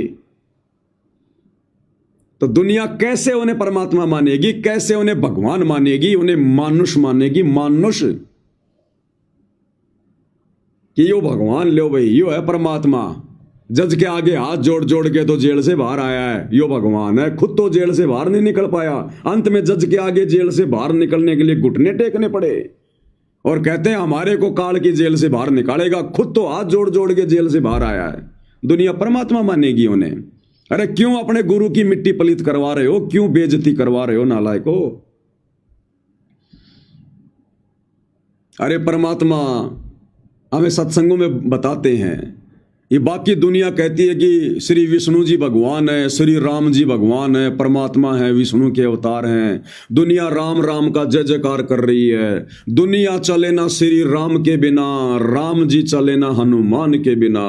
पूरी दुनिया में उनको राम घोषित कर रखा है। अब सतगुरु रामपाल जी ने आके असलियत बताई कि जब राम रावण युद्ध में, और जब रामचंद्र जी की पूरी सेना को, रामचंद्र जी को, हनुमान जी को, सबको नागफास में बांध दिया। एक सिद्धि होती है नागफास। रावण ने सबको नागफास में बांध दिया। चारों तरफ उनके सरप लिपट गए, उनको बांध लिया जैसे रस्सी से बांध देते हैं, और बेबस हो गए, लाचार हो गए सारे के सारे। उस समय रामचंद्र जी ने अपने वाहन उस गरुड़ पक्षी को याद किया। वो गरुड़ पक्षी आया, अपनी सिद्धि से बहुत सारे गरुड़ उत्पन्न हो गए, और सब ने अपनी उस नुकीली चोंच से उन सर्पों को काट काट के, और जो राम जिसके विषय में कहते थे कि दुनिया चले ना श्री राम के बिना, उस राम को बंधन मुक्त करवाया, उसकी जमानत करवाई उस राम की, रावण की कैद से, सिद्धि से, नागफांस से। और आज जिसकी झूठी महिमा बनी हुई थी, आज दुनिया के सामने आ गई। और परमात्मा कहते हैं बंधन काटे विपत में और कठिन कियो संग्राम। यानी रावण ने रामचंद्र जी को नागफांस में बांधकर युद्ध को और ज्यादा रामचंद्र जी के लिए वो कठिन बना दिया। बंधन काटे विपत में कठिन कियो संग्राम। और वो बंधन किसने काटे? रामचंद्र जी को विपत्ति से मुक्त किसने किया? उस गरुड़ पक्षी ने। तो परमात्मा कहते हैं दुनिया वालों अब तो आंखें खोलो, राम कौन है। बंधन काटे विपत में कठिन कियो संग्राम, चिन्हो रे नर प्राणियों, वो गरुड़ बड़ो के राम। वो गरुड़ बड़ा हुआ या वो तुम्हारा राम बड़ा हुआ, जिस राम के बंधन भी उस गरुड़ पक्षी ने काटे। तो ये दुनिया आने वाले समय में यदि इस प्रकार से जजों के आगे घुटने टेक कर भीख मांग मांग के अगर सतगुरु रामपाल जी जमानत पर आ गए, तो ये दुनिया वाले कैसे सतगुरु रामपाल जी को राम कहेंगे, कैसे भगवान कहेंगे, कैसे परमात्मा कहेंगे। जिस प्रकार आज हम उस रामचंद्र जी को भगवान नहीं कह रहे कि अगर वो इतना बड़ा भगवान था तो अपने बंधन खुद काटता, उस गरुड़ पक्षी के आगे हाथ जोड़ने की क्या जरूरत पड़ी। तो इसी प्रकार कल को ये दुनिया थूकेगी भक्तों के मुंह पर जो ज्ञान प्रचार करेंगे, और नफरत करेगी संत रामपाल जी से कि ये काहे का भगवान, ये काहे का परमात्मा। इसके बंधन तो उस जज ने जमानत पर साइन करके काटे। वो जज ने जमानत देकर इस तुम्हारे भगवान को जेल से रिहा किया, मुक्त किया। ये काहे का भगवान है, इतना बड़ा भगवान है तो अपने बंधन खुद काट लेता। भगवान तो 100 तरीके अपना ले अपने जमानत करवाने के, जेल से बाहर आने के। ये काहे का भगवान है जिसको जजों के आगे घुटने टेकने पड़ रहे हैं, नाक रगड़ना पड़ रहा, भीख मांगनी पड़ रही है कि मैं अपनी गलती स्वीकार करता हूं, मुझे पछतावा है मेरी गलती पर, मुझे जमानत दे दो। कैसे ये दुनिया इनको परमात्मा मानेगी? तो नहीं आने वाले भाई, नहीं आने वाले। ये जजों के जज हैं, सर्व सृष्टि रचनहार है। तुम्हारे मानुष मान लेने से इनकी महानता पर कोई प्रश्न चिन्ह नहीं लग जाता, इनकी महिमा में कोई कमी नहीं आ जाएगी। अरे तुमसे तो ये काल करवा रहा है सब कुछ, इनकी छवि को धूमिल करवाने के लिए, इनका नाम और इनका ज्ञान मिट्टी में मिलवाने के लिए, इनकी महिमा को मिट्टी में मिलाने के लिए। लेकिन तुम्हारे इन कुप्रयासों से, काल प्रेरणा से कुछ नहीं होने वाला। ना तुम्हारी चलेगी, ना तुम्हारे बाप उस काल की चलेगी। जो तुम ये जितने भी कुप्रयास कर रहे हो ना, कुबुद्धि वाले काम कर रहे हो ना, तुम गुरु को मानुष मनवाने वाले, गुरु की बेइज्जती करवाने वाले, ये नहीं चलेंगे। तुम्हारे सारे हथकंडे फैल होंगे। ये वो तुम्हारे हिसाब से नहीं आएगा, वो अपने हिसाब से आएगा। अरे माफी मांगनी है तो तुम लोग मांगो, और जजों से माफी मांगने से बात नहीं बनेगी। तुम जज के आगे माफी मांगने से दोस्त मुक्त नहीं हो जाओगे। भाई और बहनों, इन लोगों को शर्म आती है अपनी गलतियों की माफी मांगने से संत रामपाल जी से। अरे आश्रम वालों, तुम असली दोषी जजों के नहीं हो जो तुम इन जजों से माफी मांग रहे हो। तुम न्यायपालिका के मुख्य दोषी नहीं हो जो तुम न्यायपालिका से याचिका लगाकर माफी मांग रहे हो। तुम सबसे बड़े दोषी संत रामपाल जी के हो। सबसे बड़े दोषी तुम सतगुरु रामपाल जी के हो, उनसे माफी मांगनी पड़ेगी तुमने। ये बात दास बहुत पहले से कहता आ रहा है कि इन आश्रम वालों ने, गुरुजी के बेटा बेटी भाई बंधु रिश्तेदारों ने राग रगड़ रगड़ के अपनी गलतियों की जो बरवाला कांड में इन्होंने की है, गुरु को मानुष मानकर अहंकार में आकर इन्होंने माफी सतगुरु से मांगनी पड़ेगी। ये लोग हैं बरवाला कांड के मुख्य दोषी। लेकिन अभी भी इन लोगों की बुद्धि काल नहीं खुलने दे रहा, गुरु से माफी नहीं मांगने दे रहा काल। जजों के आगे माफी मांग लेंगे, प्रशासन से माफी मांग लेंगे, लेकिन संत रामपाल जी के आगे माफी नहीं मांगेंगे। और भाई जब तक सतगुरु रामपाल जी से तुम लोग नाक रगड़ रगड़ के माफी नहीं मांगोगे, और जब तक संगत से माफी नहीं मांगोगे कि भाई संगत वालों, हमारी बुद्धि पे तो काल बैठ गया था बरवाला कांड में, और बरवाला कांड के बाद जो हमने तुम संगत वालों की सारी मर्यादाएं तोड़वा दिए, सारे उल्टे काम करके, राजनीति करवा के, बरवाला कांड करवा के तो भगवान को जेल में हमने जो है बल्कि बैठने पर मजबूर करवा दिया। और बरवाला कांड के बाद तुम भक्तों की हमने मर्यादा तोड़वा दी, राजनीति करवा के, आरक्षणों में बैठा के, गुंडों की सीबीआई जांच का समर्थन करवा के, लोगों को चंदे में पैसा दे के, लोगों की धर्मशाला बनवा के, आन उपासकों के लिए भंडारे लगा के, परशुराम की जयंती में ले जाकर हमने सारे कुक्रम करवा कर तुम लोगों को मिट्टी में मिला दिया, तुम लोगों को धोबी का कुत्ता बना दिया संगत वालों को। तो इन गलतियों के लिए जब तक ये आश्रम वाले माफी नहीं मांगेंगे, ये भगवान जेल से बाहर नहीं आने वाला। ये अपनी मर्जी का मालिक है, बहुत सोच समझ के गया ये। इसने अगर जज के आगे माफी मांग के जेल से बाहर आना होता तो वहीं आश्रम में बैठा बैठा माफी मांग लेता ही। लेकिन ये गलतियां करता नहीं है, ये तो गलतियां करने वालों को सुधारता है। भगवान कभी गलतियां नहीं करता, भगवान से कभी गलतियां नहीं होती। तो ये लोग अभी भी माफी नहीं मांग रहे, अभी भी अपनी हरकतों से बाज नहीं आ रहे। जजों से माफी मांग ली, लेकिन सतगुरु से माफी काल नहीं मांगने देगा। हमें गुरुदेव ने सत्संग में क्या बताया, एक अजाजिल नाम का भगत था, और उस समय सतयुग में लंबी लंबी उम्र हुआ करती थी, लाखों साल की। उसने अपने पूरे जीवन काल में लगभग 11 अरब दंडोत प्रणाम किया। 11 अरब, और 11 अरब दंडोत प्रणाम करने से उसका बन गया तप, और उसके बदले फिर उसको स्वर्ग में भेज दिया गया मरने के बाद।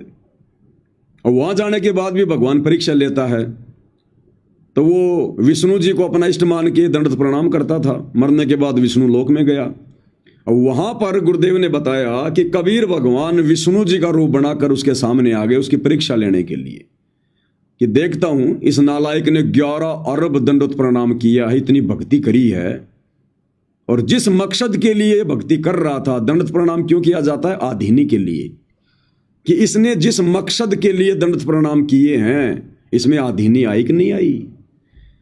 तो विष्णु का रूप बनाकर कबीर भगवान सतगुरु रामपाल जी वहां उसके सामने खड़े हो गए और कहा, भाई अजाजिल, भाई तूने बहुत बंदगी की, भाई वाह, भाई एक काम कर अजाजिल, तेरे अंदर वचन शक्ति आ गई है भाई, दंडोत प्रणाम करने से जुबान सिद्धि आ गई तेरे अंदर। एक काम कर, तू एक लड़का उत्पन्न कर। बोला जी मैं कर सकता हूं? हाँ। बोला कर सकता है। कैसे? ऐसे कह दे, नर भवै। तो अजाजिल ने कहा कि नर भवै, तो उसकी आंखों के सामने एक युवा लड़का प्रकट हो गया, जवान, उसका बेटा हो गया, क्योंकि उसके वचन से पैदा हुआ। बड़ा खुश हुआ कि मेरे अंदर इतनी शक्ति आ गई, इतनी ताकत आ गई मेरे अंदर। फिर भगवान ने कहा कि अजाजिल, अब इसको दंडोत प्रणाम कर। अब अजाजिल का अहंकार अड़ गया। बोला, भगवान मैं तो दंडोत प्रणाम नहीं करूंगा। बोला क्यों? बोला ये तो मेरे वचन से पैदा हुआ, मेरा लड़का है, और बाप अपने बेटे को दंडोत प्रणाम करे, इससे अच्छा तो डूब के मर जा। तो भगवान ने देखा, रे भाई अपना करा कराया भक्ति का नाश करेगा नालायक, लेकिन परमात्मा दयालु होते हैं, भगवान ने सोचा इसके थोड़ा सा इसको ऑप्शन देते हैं इसको। तो परमात्मा ने क्या किया, बोले चल अजाजिल तेरे को मैं स्वर्ग में घुमा के लाता हूं। और महल से बाहर निकलने का एक दूसरा रास्ता बताया गुरुदेव ने। एक छोटा सा दरवाजा था जिसमें झुक के निकलना पड़ता था। मुख्य गेट तो बहुत लंबा चौड़ा था, एक और रास्ता था, उस रास्ते से झुक के बाहर निकलना पड़ता था। तो परमात्मा ने क्या किया, जो बच्चा उत्पन्न हुआ था उस बच्चे को गेट के सामने खड़ा कर दिया और अजाजिल से कहा कि चल अजाजिल तुझे स्वर्ग घुमा के लाता हूं। तो पहले भगवान निकले मुकुट समेत यूं झुक के उस बच्चे के सामने से और बोले आजा अजाजिल। अजाजिल ने देखा कि सामने तो वही लड़का खड़ा है और काल ने उसके अंदर प्रेरणा कर दी कि बेटा ये तेरे साथ में छल हो रहा है, अगर तू झुकेगा तो उस लड़के को दंडवत प्रणाम मान लिया जाएगा। तो अजाजिल ने कहा कि भगवान ना, मैं नहीं आऊंगा। तुम चाहते हो कि मैं इस दरवाजे से झुकूं, सामने वो लड़का खड़ा है, उस लड़के को प्रणाम हो जाए, मेरा धर्म भ्रष्ट करना चाहते हो तुम। फिर परमात्मा नाराज हो गया और भगवान ने कहा, रे गधे, अरे जिस मकसद के लिए तू दंडवत प्रणाम कर रहा था आधीनी के लिए, और वो ही तेरे अंदर नहीं आई, तो काय का भगत है, चल गधा बन वापस जाके। उसकी 11 अरब बंदगियां, लाखों वर्ष की मेहनत परमात्मा ने 1 सेकंड में चीरा मार दिया कि चल तेरे जैसे गधे यहां लाख आते हैं। उसी समय वापस गधा बना के भेज दिया उसको। तो भाई और बहनों, ये सतलोक आश्रम मैनेजमेंट हरियाणा वाले उसी अजाजिल वाली गलती कर रहे हैं। ये आज भी अपनी गलती स्वीकार नहीं कर रहे जिसके ये दोषी हैं। आज भी केवल ये प्रशासन से माफी मांग रहे हैं उस याचिका के माध्यम से, और साथ में भगवान से भी माफी मंगवा रहे हैं। अरे अगर माफी मांगनी है तो अपने बाप से मांगो, सतगुरु रामपाल जी से मांगो। वो जज तुम्हें क्या दोष मुक्त करेगा? अरे वो जज तो तुम्हें मुकदमे से बरी कर सकता है, ज्यादा से ज्यादा उस मुकदमे से तुम्हें दोष मुक्त कर सकता है।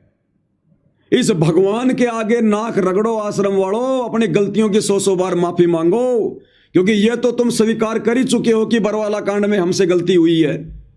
याचिका लगा दी तुमने कि साहब हमें पछतावा है, हमसे गलती हुई है, आगे से हम कोर्ट की अवमानना नहीं करेंगे। तो गलतियां तो तुम स्वीकार अपनी कर ही चुके हो कि हमसे गलती हुई है, तो क्यों ना नालायक को अपने भगवान से माफी मांग लो। अरे जेल में जाके, तुम्हारी तो बहुत जान पहचान है भाई, जेल में तुम तो डायरेक्ट जाते हो अंदर सीधे। अरे पूरा का पूरा परिवार, गुरुदेव के बेटा बेटी भाई बंधु रिश्तेदार, ये कोऑर्डिनेटर, अरे जाके हिसार जेल में नाक रगड़ो उस भगवान के आगे। जब तक वो तुम्हें दोष मुक्त नहीं करेगा, यहां गधा कुत्ता सुअर बनने से नहीं छूट सकते तुम। जज तुम्हें क्या दोष मुक्त करेगा? सजा तो तुम काट ही चुके हो जेल में जा जाके, अब क्या दोष मुक्त होना? असली दोषी तुम भगवान के हो, सतगुरु रामपाल जी के उन भक्तों के दोषी हो तुम, जिन भक्तों की बरवाला कांड में मौतें हुई हैं। तो भगवान से माफी मांगो जाकर, तब तुम्हारा पीछा छूटेगा। लेकिन ये नहीं मांगेंगे भाई और बहनों, क्योंकि अहंकार में सड़ रहे हैं ये लोग। आज भी इनको यह लगता है कि गलती गुरुजी की है, बरवाला कांड में हमारी कोई गलती नहीं है। तो भाई और बहनों, आपकी आंखों के सामने देख लो क्या हो रहा है ये। अब सोचो, यदि हम सत्सेवक भाई बहन भी अगर गुरुदेव के सत मिशन सात संगति से जुड़कर इन लोगों से अलग ना होते, तो आज यही गलतियां हम कर रहे होते। और पूरी संगत दोषी बन रही है, पूरी संगत दोषी।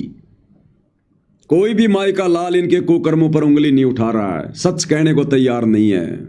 हाथों में चूड़ियां पहनकर बैठे अपने कोऑर्डिनेटरों के डर के मारे। सबके सब दोषी बन रहे हैं भगवान के। जिस प्रकार महाभारत के युद्ध में द्रौपदी को नंगा करने का प्रयास हो रहा था, सब चुपचाप बैठे थे, किसी ने हिम्मत नहीं करी। एक विदुर ने हिम्मत करी और वो विदुर दोष मुक्त हुआ। बाकी सबके महाभारत के युद्ध में बक्कल उतरे, सबकी दुर्गति हुई। जो वहां देख रहे थे खड़े खड़े, जानबूझ के सांची तजे हुए थे। तो केवल सत्सेवक भाई बहन है जो इन आश्रम वालों को इनकी गलतियों से रूबरू करवा रहे हैं, संगत को संगत तक सच्चाई पहुंचा रहे हैं, किसी न किसी माध्यम से, सात संगति के माध्यम से या वीडियो बना के, जैसे भी है। बाकी ये जितने भी आश्रम वाले हैं, जितने भी कोऑर्डिनेटर हैं, जितने भी ये संगत वाले हैं जो लड्डू जलेबी बर्फी के चक्करों में अपनी मौज मस्ती में घूम रहे हैं, सब दोषी हैं भगवान के। सबका बक्कल उतरेगा, सबका।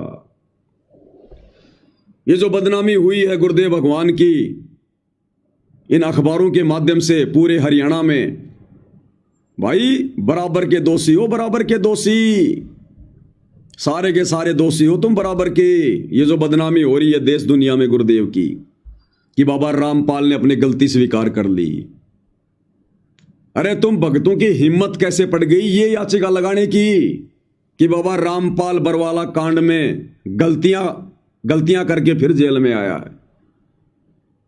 अरे नालायको, तुम्हें क्या संज्ञा दें तुम लोगों को? तुमसे तो जानवर भी अच्छे, जानवर भी। और तुम कहते हो हम भगत हैं, हम 20 साल से भक्ति कर रहे हैं, हमें सार नाम मिल गया।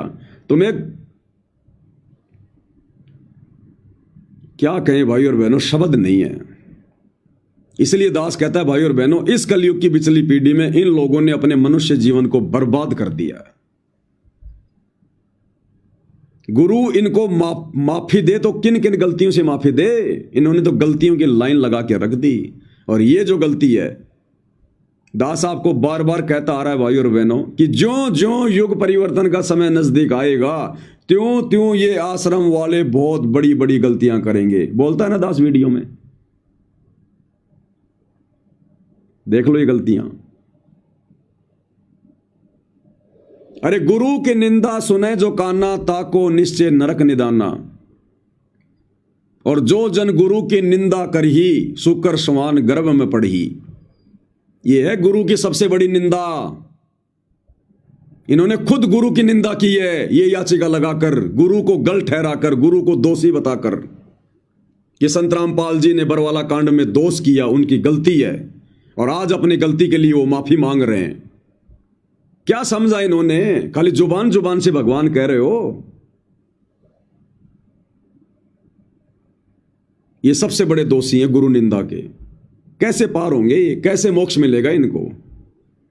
आने वाले समय में इनकी दुर्गति होने वाली है भयंकर। इसलिए दास कह रहा है इन आश्रमों से जुड़ी संगत से निकल जाओ, इनसे पीछा छुड़वा लो, पीछा छुड़वा लो। जो काल ने तुम लोगों को बांध रखा है इनसे, नहीं तो दुर्गति होगी साथ में बराबर।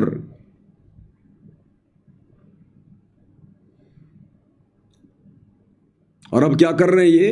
अब ये गलतियों पे गलतियां करेंगे, गलतियों पे गलतियां। अब इन लोगों को क्या लग रहा है कि बस हमने तो गुरुजी से माफी मंगवा दी जज के आगे याचिका लगाकर कि साहब मुझे पछतावा है मेरी गलती पर।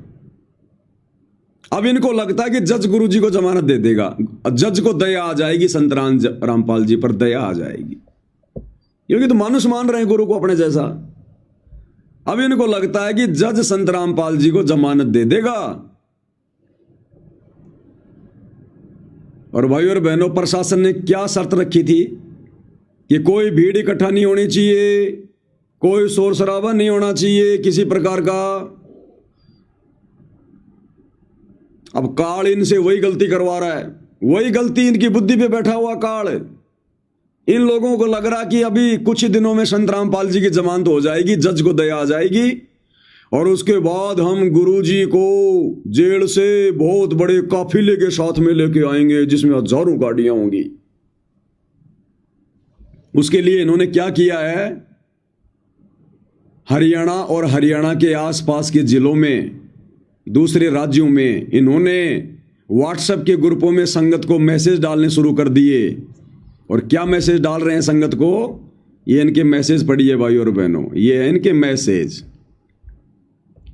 क्या मैसेज डाला इन्होंने गंगानगर की संगत में, क्योंकि गंगानगर हरियाणा के पास में लगने वाला जिला है राजस्थान का। तो इन्होंने रात्रि में गंगानगर की संगत को कोऑर्डिनेटरों के माध्यम से क्या संदेशा भिजवाया है? सतगुरुदेव की जय, अर्जेंट सेवा। श्री गंगानगर जिले की सारी संगत को सूचित किया जाता है कि आपके पास XUV, फॉर्च्यूनर और इनोवा और स्कॉर्पियो जैसी बड़ी गाड़ियां हैं, तो आपके जिला सेवादार के पास शाम 4 बजे तक नाम लिखवा दो। क्या करोगे भैया?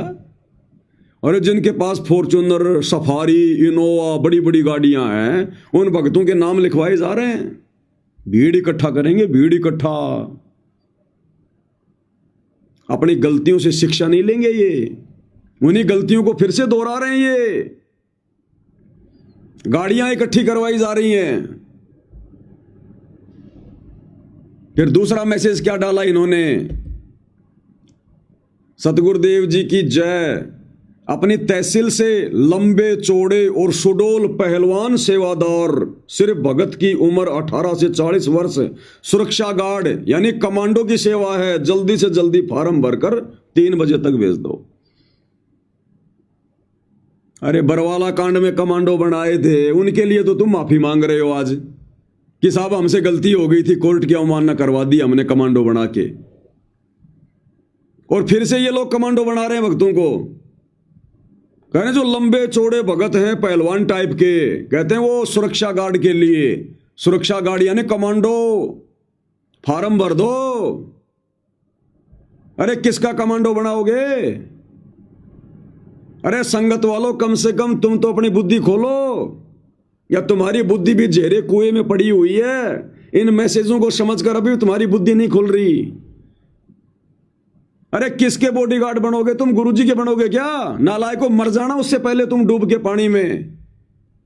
जो भगवान सारी दुनिया की बॉडी की रक्षा कर रहा है, तीनों लोकों में प्रवेश करके सबका भरण पोषण करता है, जिसने हम ये पिंड और प्राण दान में दिए, जो हमारे शरीर की रक्षा करता है, तुम उस भगवान की सुरक्षा गार्ड बनोगे इन मूर्खों के कहने से? ये होती है देखा देखी भेड़ चाल। तो भगवान के कमांडो बनोगे क्या? भगवान के सुरक्षा गार्ड बनोगे क्या तुम? हो लिया फिर तुम्हारा मोक्ष। क्या समझा फिर तुमने गुरु को? जो गुरु पूरी दुनिया के शरीरों की सुरक्षा करता है, जो पूरी दुनिया का बॉडीगार्ड है, तुम उसके बॉडीगार्ड बनोगे? अगर एक कदम भी उठा दिया, अगर फार्म भी भर दिया, ये परीक्षा है उन भक्तों की। अगर ये सुरक्षा गार्ड का फार्म भी भर दिया किसी भगत ने, अरे भक्ति मार्ग में क्या जरूरत है हमें? भक्तों का सुरक्षा गार्ड भगवान होता है, गुरु होता है। हम क्यों ठेकेदारी लें किसी के सुरक्षा गार्ड बनने की?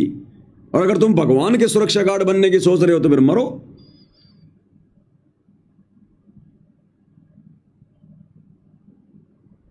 अब भी वही गलतियां, जो गलतियां इन्होंने बरवाला कांड में की थी। जजों के आगे भी केवल इन्होंने फॉर्मेलिटी के लिए याचिका लगाई है, अंदर से कोई गलती नहीं है इनको। अंदर से इन आश्रम वालों को अपनी गलती पर कोई पछतावा नहीं है। काल प्रेरणा से केवल देश दुनिया में गुरुजी की बदनामी करवानी थी, बस वो अखबारों में करवा दी। बाकी इनके अंदर ऐसा कोई पछतावा नहीं है। और फिर से वही गलतियां की जा रही हैं। जज कह रहे हैं अगर जमानत दूंगा तो ध्यान रखना इन बातों का, कोई भीड़ इकट्ठा नहीं होनी चाहिए। और इन्होंने तो कमांडो बनाने शुरू कर दिए, भक्तों से गाड़ियां मंगवानी शुरू कर दी बड़ी बड़ी।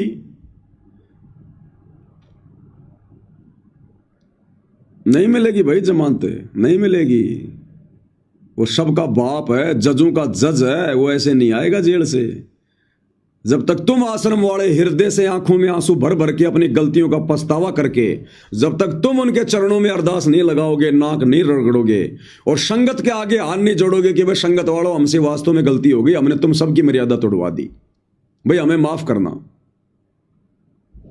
तब तक वो भगवान जेल से बाहर नहीं आने वाला।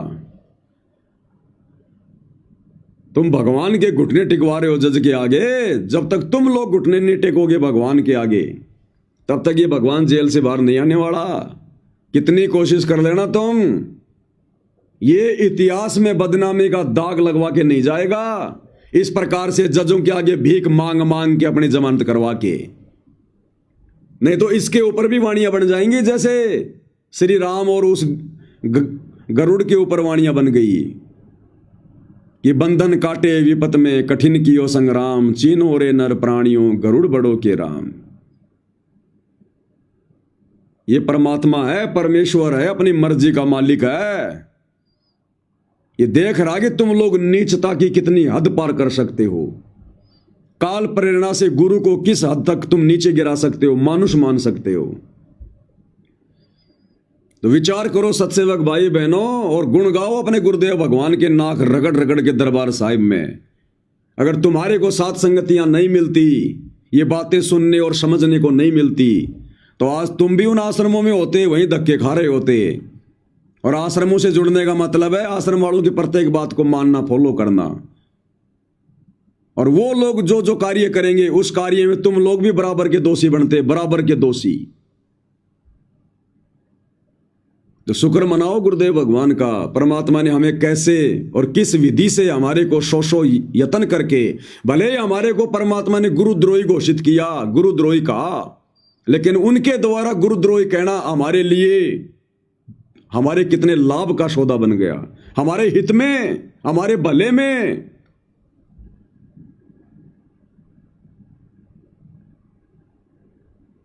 बाकी देख लो ये ड्रामे आप लोगों के सामने हो रहे हैं। इन्होंने भगवान को दोषी बना दिया, भगवान को। जबकि बरवाला कांड के समय परमात्मा के ये स्टेटमेंट देखो, बाबा ने कहा मैं तो बीमार था, अनुयायियों ने ही सब कुछ किया।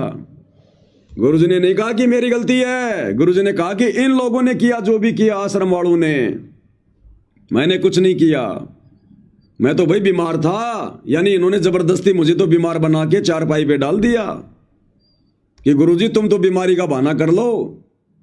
अब गुरु क्या करे भैया, परीक्षा थी। ठीक है भैया, जब तुम मेरे गुरु बन गए, जब तुम मुझे जबरदस्ती बीमार कर रहे हो, मुझे सलाह दे रहे हो कि प्रशासन से बचने के लिए, कोर्ट में ना जाने के लिए, कोर्ट में पेश ना हो, इसलिए गुरुजी आपने क्या क्या करना पड़ेगा, जैसा हम कहें वैसा करो। जबरदस्ती गुरु को हार्ट का पेशेंट बना दिया, बीमार बना दिया कि संत रामपाल जी के तो चलने की भी हिम्मत नहीं है। तो गुरु ने कहा ठीक है भैया, जब तुम्हें ठेकेदार बन रहे तो तुम ही करो सारा सब कुछ। तो उस आधार से गुरु ने कहा, बाबा ने कहा मैं तो बीमार था, अनुयायियों ने सब कुछ किया। ये जो बरवाला कांड में जो भी कुछ हो रहा है, कोर्ट की अवमानना हो रही है या लड़ाई झगड़े हो रहे हैं, तो गुरुदेव ने कहा कि इन भक्तों ने किया, भाई मैं तो बीमार था, मुझे तो कुछ नहीं पता। और उधर से जब वो डंडे पड़ने लगे पुलिस वालों के, तो जितने भी ये सहयोगी थे जो पकड़े गए थे, ये इन्होंने क्या कहा, सहयोगियों ने कहा झूठ बोल रहा रामपाल,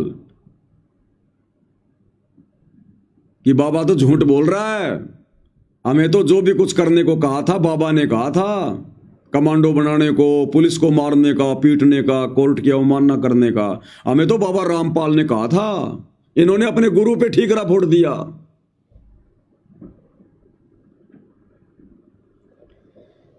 तो भाई और बहनों,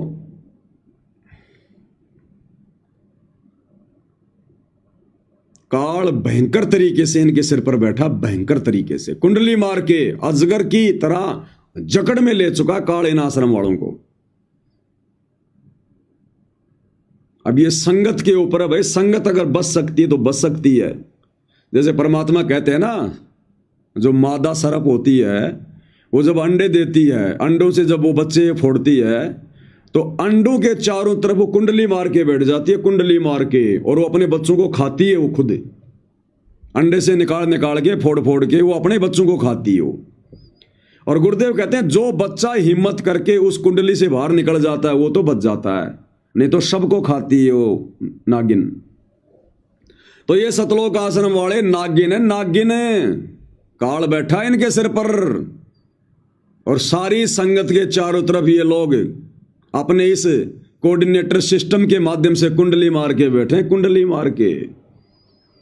अगर कोई एक आध आत्मा हिम्मत करके सात संगति की वीडियो देख के अगर इन आश्रमों से बाहर निकल गई, हिम्मत कर ली, तो भाई उसका बचाव है, नहीं तो सारे के सारे खाए जाएंगे। आने वाले विनाशकारी समय में सबके सब दुर्गति को प्राप्त होंगे, सारे के सारे, और हो भी रहे दुर्गति को प्राप्त।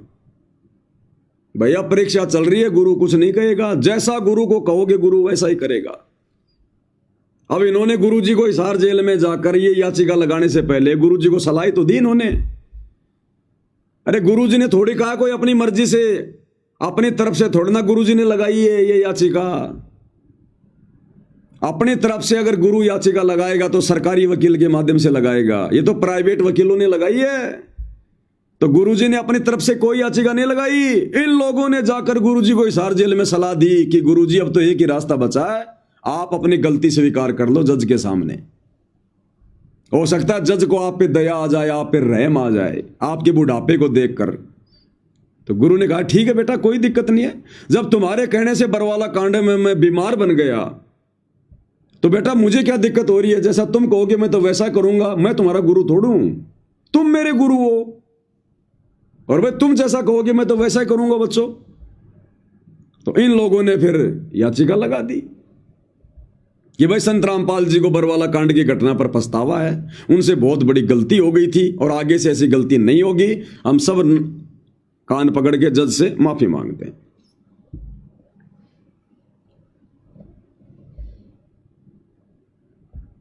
ये ड्रामा है। गुरु ने माफी नहीं मांगी। गुरु क्यों माफी मांगेगा भाई?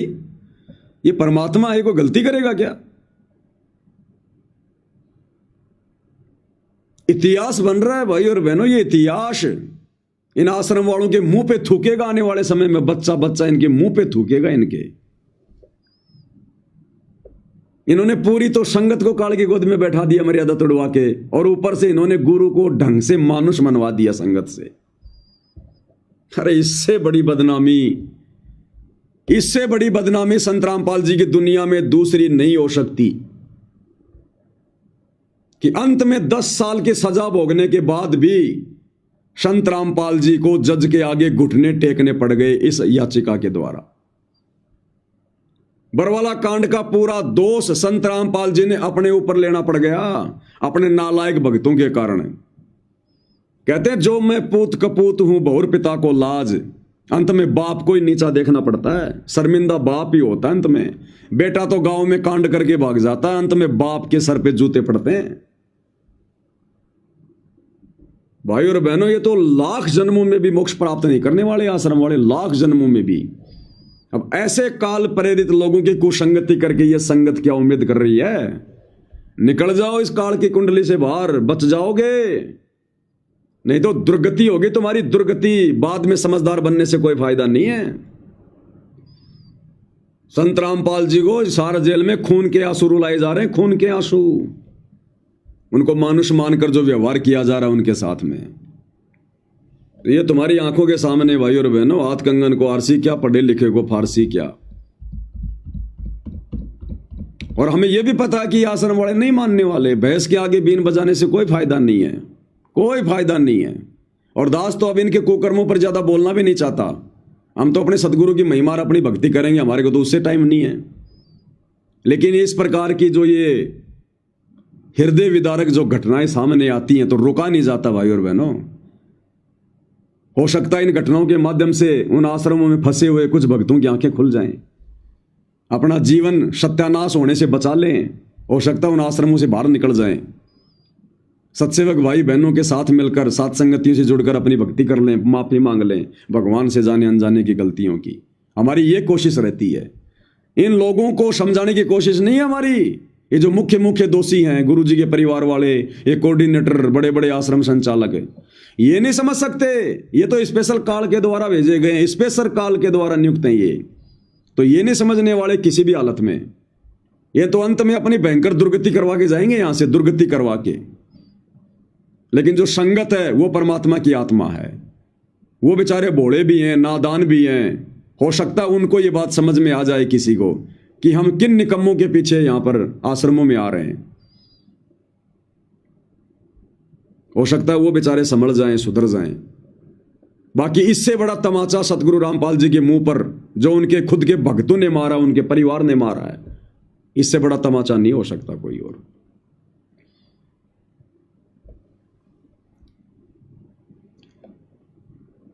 तो भाई और बहनों, अब देख लो आप लोग, भक्ति कहां है। देख लो भक्ति कहां है, मर्यादा कहां है। इसलिए दास बार बार चीखता है, चिल्लाता है कि भाई ये साध संगति सतगुरु रामपाल जी का 13वां पंथ है, यथार्थ 13वां पंथ है। जो गलतियां ये लोग सरेआम कर रहे हैं, ये गलतियां हम सौपन में भी नहीं सोच सकते। सौपन में भी अरे सारे के सारे मिलकर सतगुरु रामपाल जी के चरणों में जाकर नाक रगड़ो, अपने जाने अनजाने की गलतियों की माफी मांगो। तुम्हें परमात्मा सारे मुकदमों से बरी कर देगा। न्यायपालिका के मुकदमों से भी बरी कर देगा। और जो तुम उनके दोषी बने वर वाला कांड करवा कर, वर्तमान में संगत से गलतियां करवा कर, ये दयालु भगवान तुम्हें उन गलतियों से भी माफी दे देगा। मोक्ष तो नहीं होगा लेकिन माफी दे देगा ये परमात्मा तुम्हें। मोक्ष तो बहुत दूर है तुम्हारे से, लेकिन इनकी बुद्धि भी नहीं है वहां। इनको शर्म आती है, शर्म, इनका अहंकार आगे खड़ा हो जाता है कि संत रामपाल जी से और हम माफी मांगे। वो तो हमारे जैसे इंसान हैं, हमारे जैसे व्यक्ति हैं। गुरु हुआ तो क्या हुआ, भगवान थोड़ी है। भगवान तो खाली जुबान तक है। तो अजाजिल की तरह इनका अहंकार अड़ गया। इसलिए भगवान कहते हैं राज त्यागना सहज है, सहज नारी का ने, ये मान बढ़ाई ईर्ष्या दुर्लभ तजनाइए। जाओ जोग जीत संसारा, जीव न माने का तुम्हारा। कि चले जा, दे दे अपना ज्ञान, दे दे अपना तत्व ज्ञान, दिखा देना तू सौ प्रमाण है। जब समय आएगा तब तुझे कोई नहीं मानेगा, सब तुझे मानुष ही मानेंगे। तेरे से नाम भी ले लेंगे, तेरे को भगवान भगवान भी कहेंगे, लेकिन चलेंगे मेरे हिसाब से। और ये काल करवा रहा सारे कांड, ये गुरु की बदनामी वाले।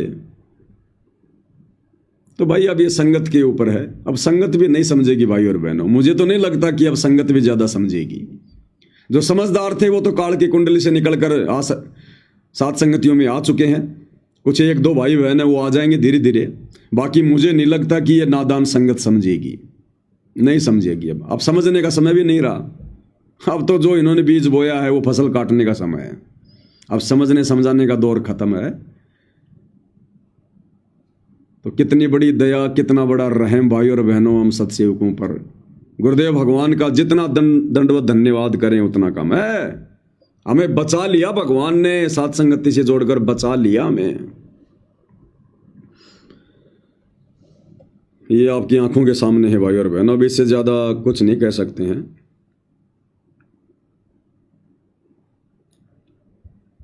बस ये छोटी सी सूचना थी भाई और बहनों, आप लोगों को देना थी, क्योंकि परमात्मा ने दास की यही सेवा लगा रखी है ताकि भाई बहन कोई भी ऐसी नई नई घटना हो उनसे अपडेट रहें। तो कम से कम जागरूक रहेंगे, सावधान रहेंगे, गलतियां करने से बचेंगे। नहीं तो तुम्हें कौन बताने वाला है ये बातें। इन आश्रम वालों ने न्यूज चैनल भी खोल रखा है, 100 न्यूज चैनल। अरे दिखाओ ना भी खबरें, बताओ संगत को सच्चाई कि हमने गुरु के घुटने टिकवा दिए जजों के आगे। दिखाओ सच्चाई। क्यों नहीं बनाते वीडियो इनके ऊपर। गांव का पानी निकाल दिया, इतनी मोटर ले आए, इतने पाइप ले आए, ये तो बड़ा धूमधाम से वीडियो बना रहे हो। अब ये वाली सच्चाई दिखाओ ना संगत को। जिस संगत ने तुम्हारे चैनल को गांव गांव जाके सब्सक्राइब करवाया था, कम से कम भक्तों को तो सच्चाई दिखाओ, बताओ हकीकत।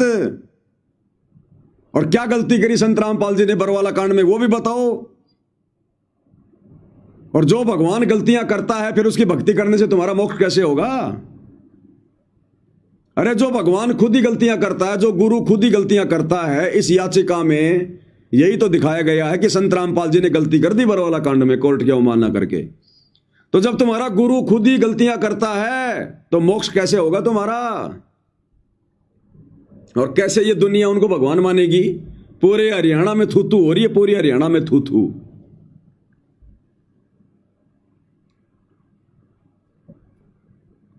इसलिए दास कह रहा है ये जितने भी गांव वाले हैं जिनका ये खेतों का पानी निकाल रहे हैं, जिनके मकान बना रहे हैं, अपने स्वार्थ के लिए उनको भगवान भगवान कह रहे हैं।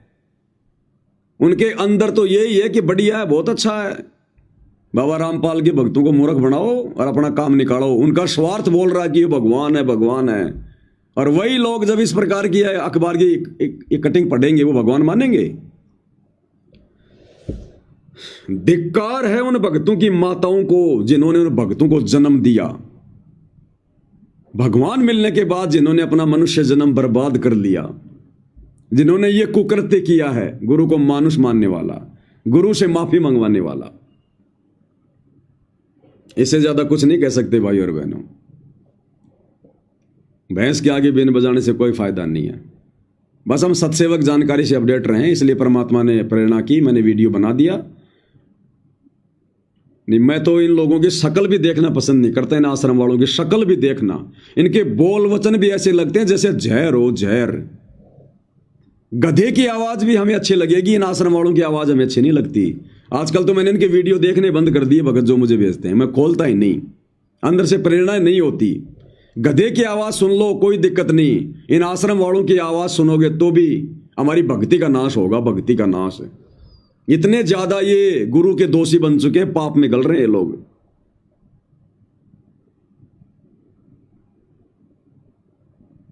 बहुत बुरी स्थिति है भाई और बहनों, बहुत बुरी स्थिति। और आने वाले समय में क्या होगा इनका। दास से परमात्मा जो जो बुलवाते हैं वो बिल्कुल एक एक चीज हकीकत में होती है आगे चल के, कि ज्यों ज्यों ये समय युग परिवर्तन का 2028 का नजदीक आएगा, इन आश्रम वालों से ये काल इनके सिर पर बैठकर बड़ी बड़ी गलतियां करवाएगा। और आज जो गलतियां इन्होंने की है, इससे बड़ी बड़ी गलतियां और करेंगे अभी ये। लेकिन ये जो गलती इन्होंने की है, कोर्ट में याचिका लगाकर गुरु को जज का भिखारी बनाकर, और पूरे हरियाणा में जो गुरु जी की बदनामी करवा दी इन्होंने। थोड़ा बहुत लोग उनका ज्ञान सुनने लगे थे, उनको एक संत मानने लगे थे। इस अखबार को देखकर तो वो भी छोड़ देंगे भक्ति, कि जाओ रे काहे का भगवान है जो खुद ही अपनी गलती मांग रहा है। अरे हमारी गलतियां कैसे ठीक करवाएगा जो खुद गलतियों का पुतला है। बहुत बुरी हालत है। काल ने पूरी तरह से कुंडली मार के जकड़ रखा है, पूरी तरह से। दुर्गति, अंत में दुर्गति भक्ति विधान अनुसार। तो भाई और बहनों, आज के वीडियो में केवल इतना ही। बंदी छोड़ सतगुरु रामपाल जी परमेश्वर जी की जय हो।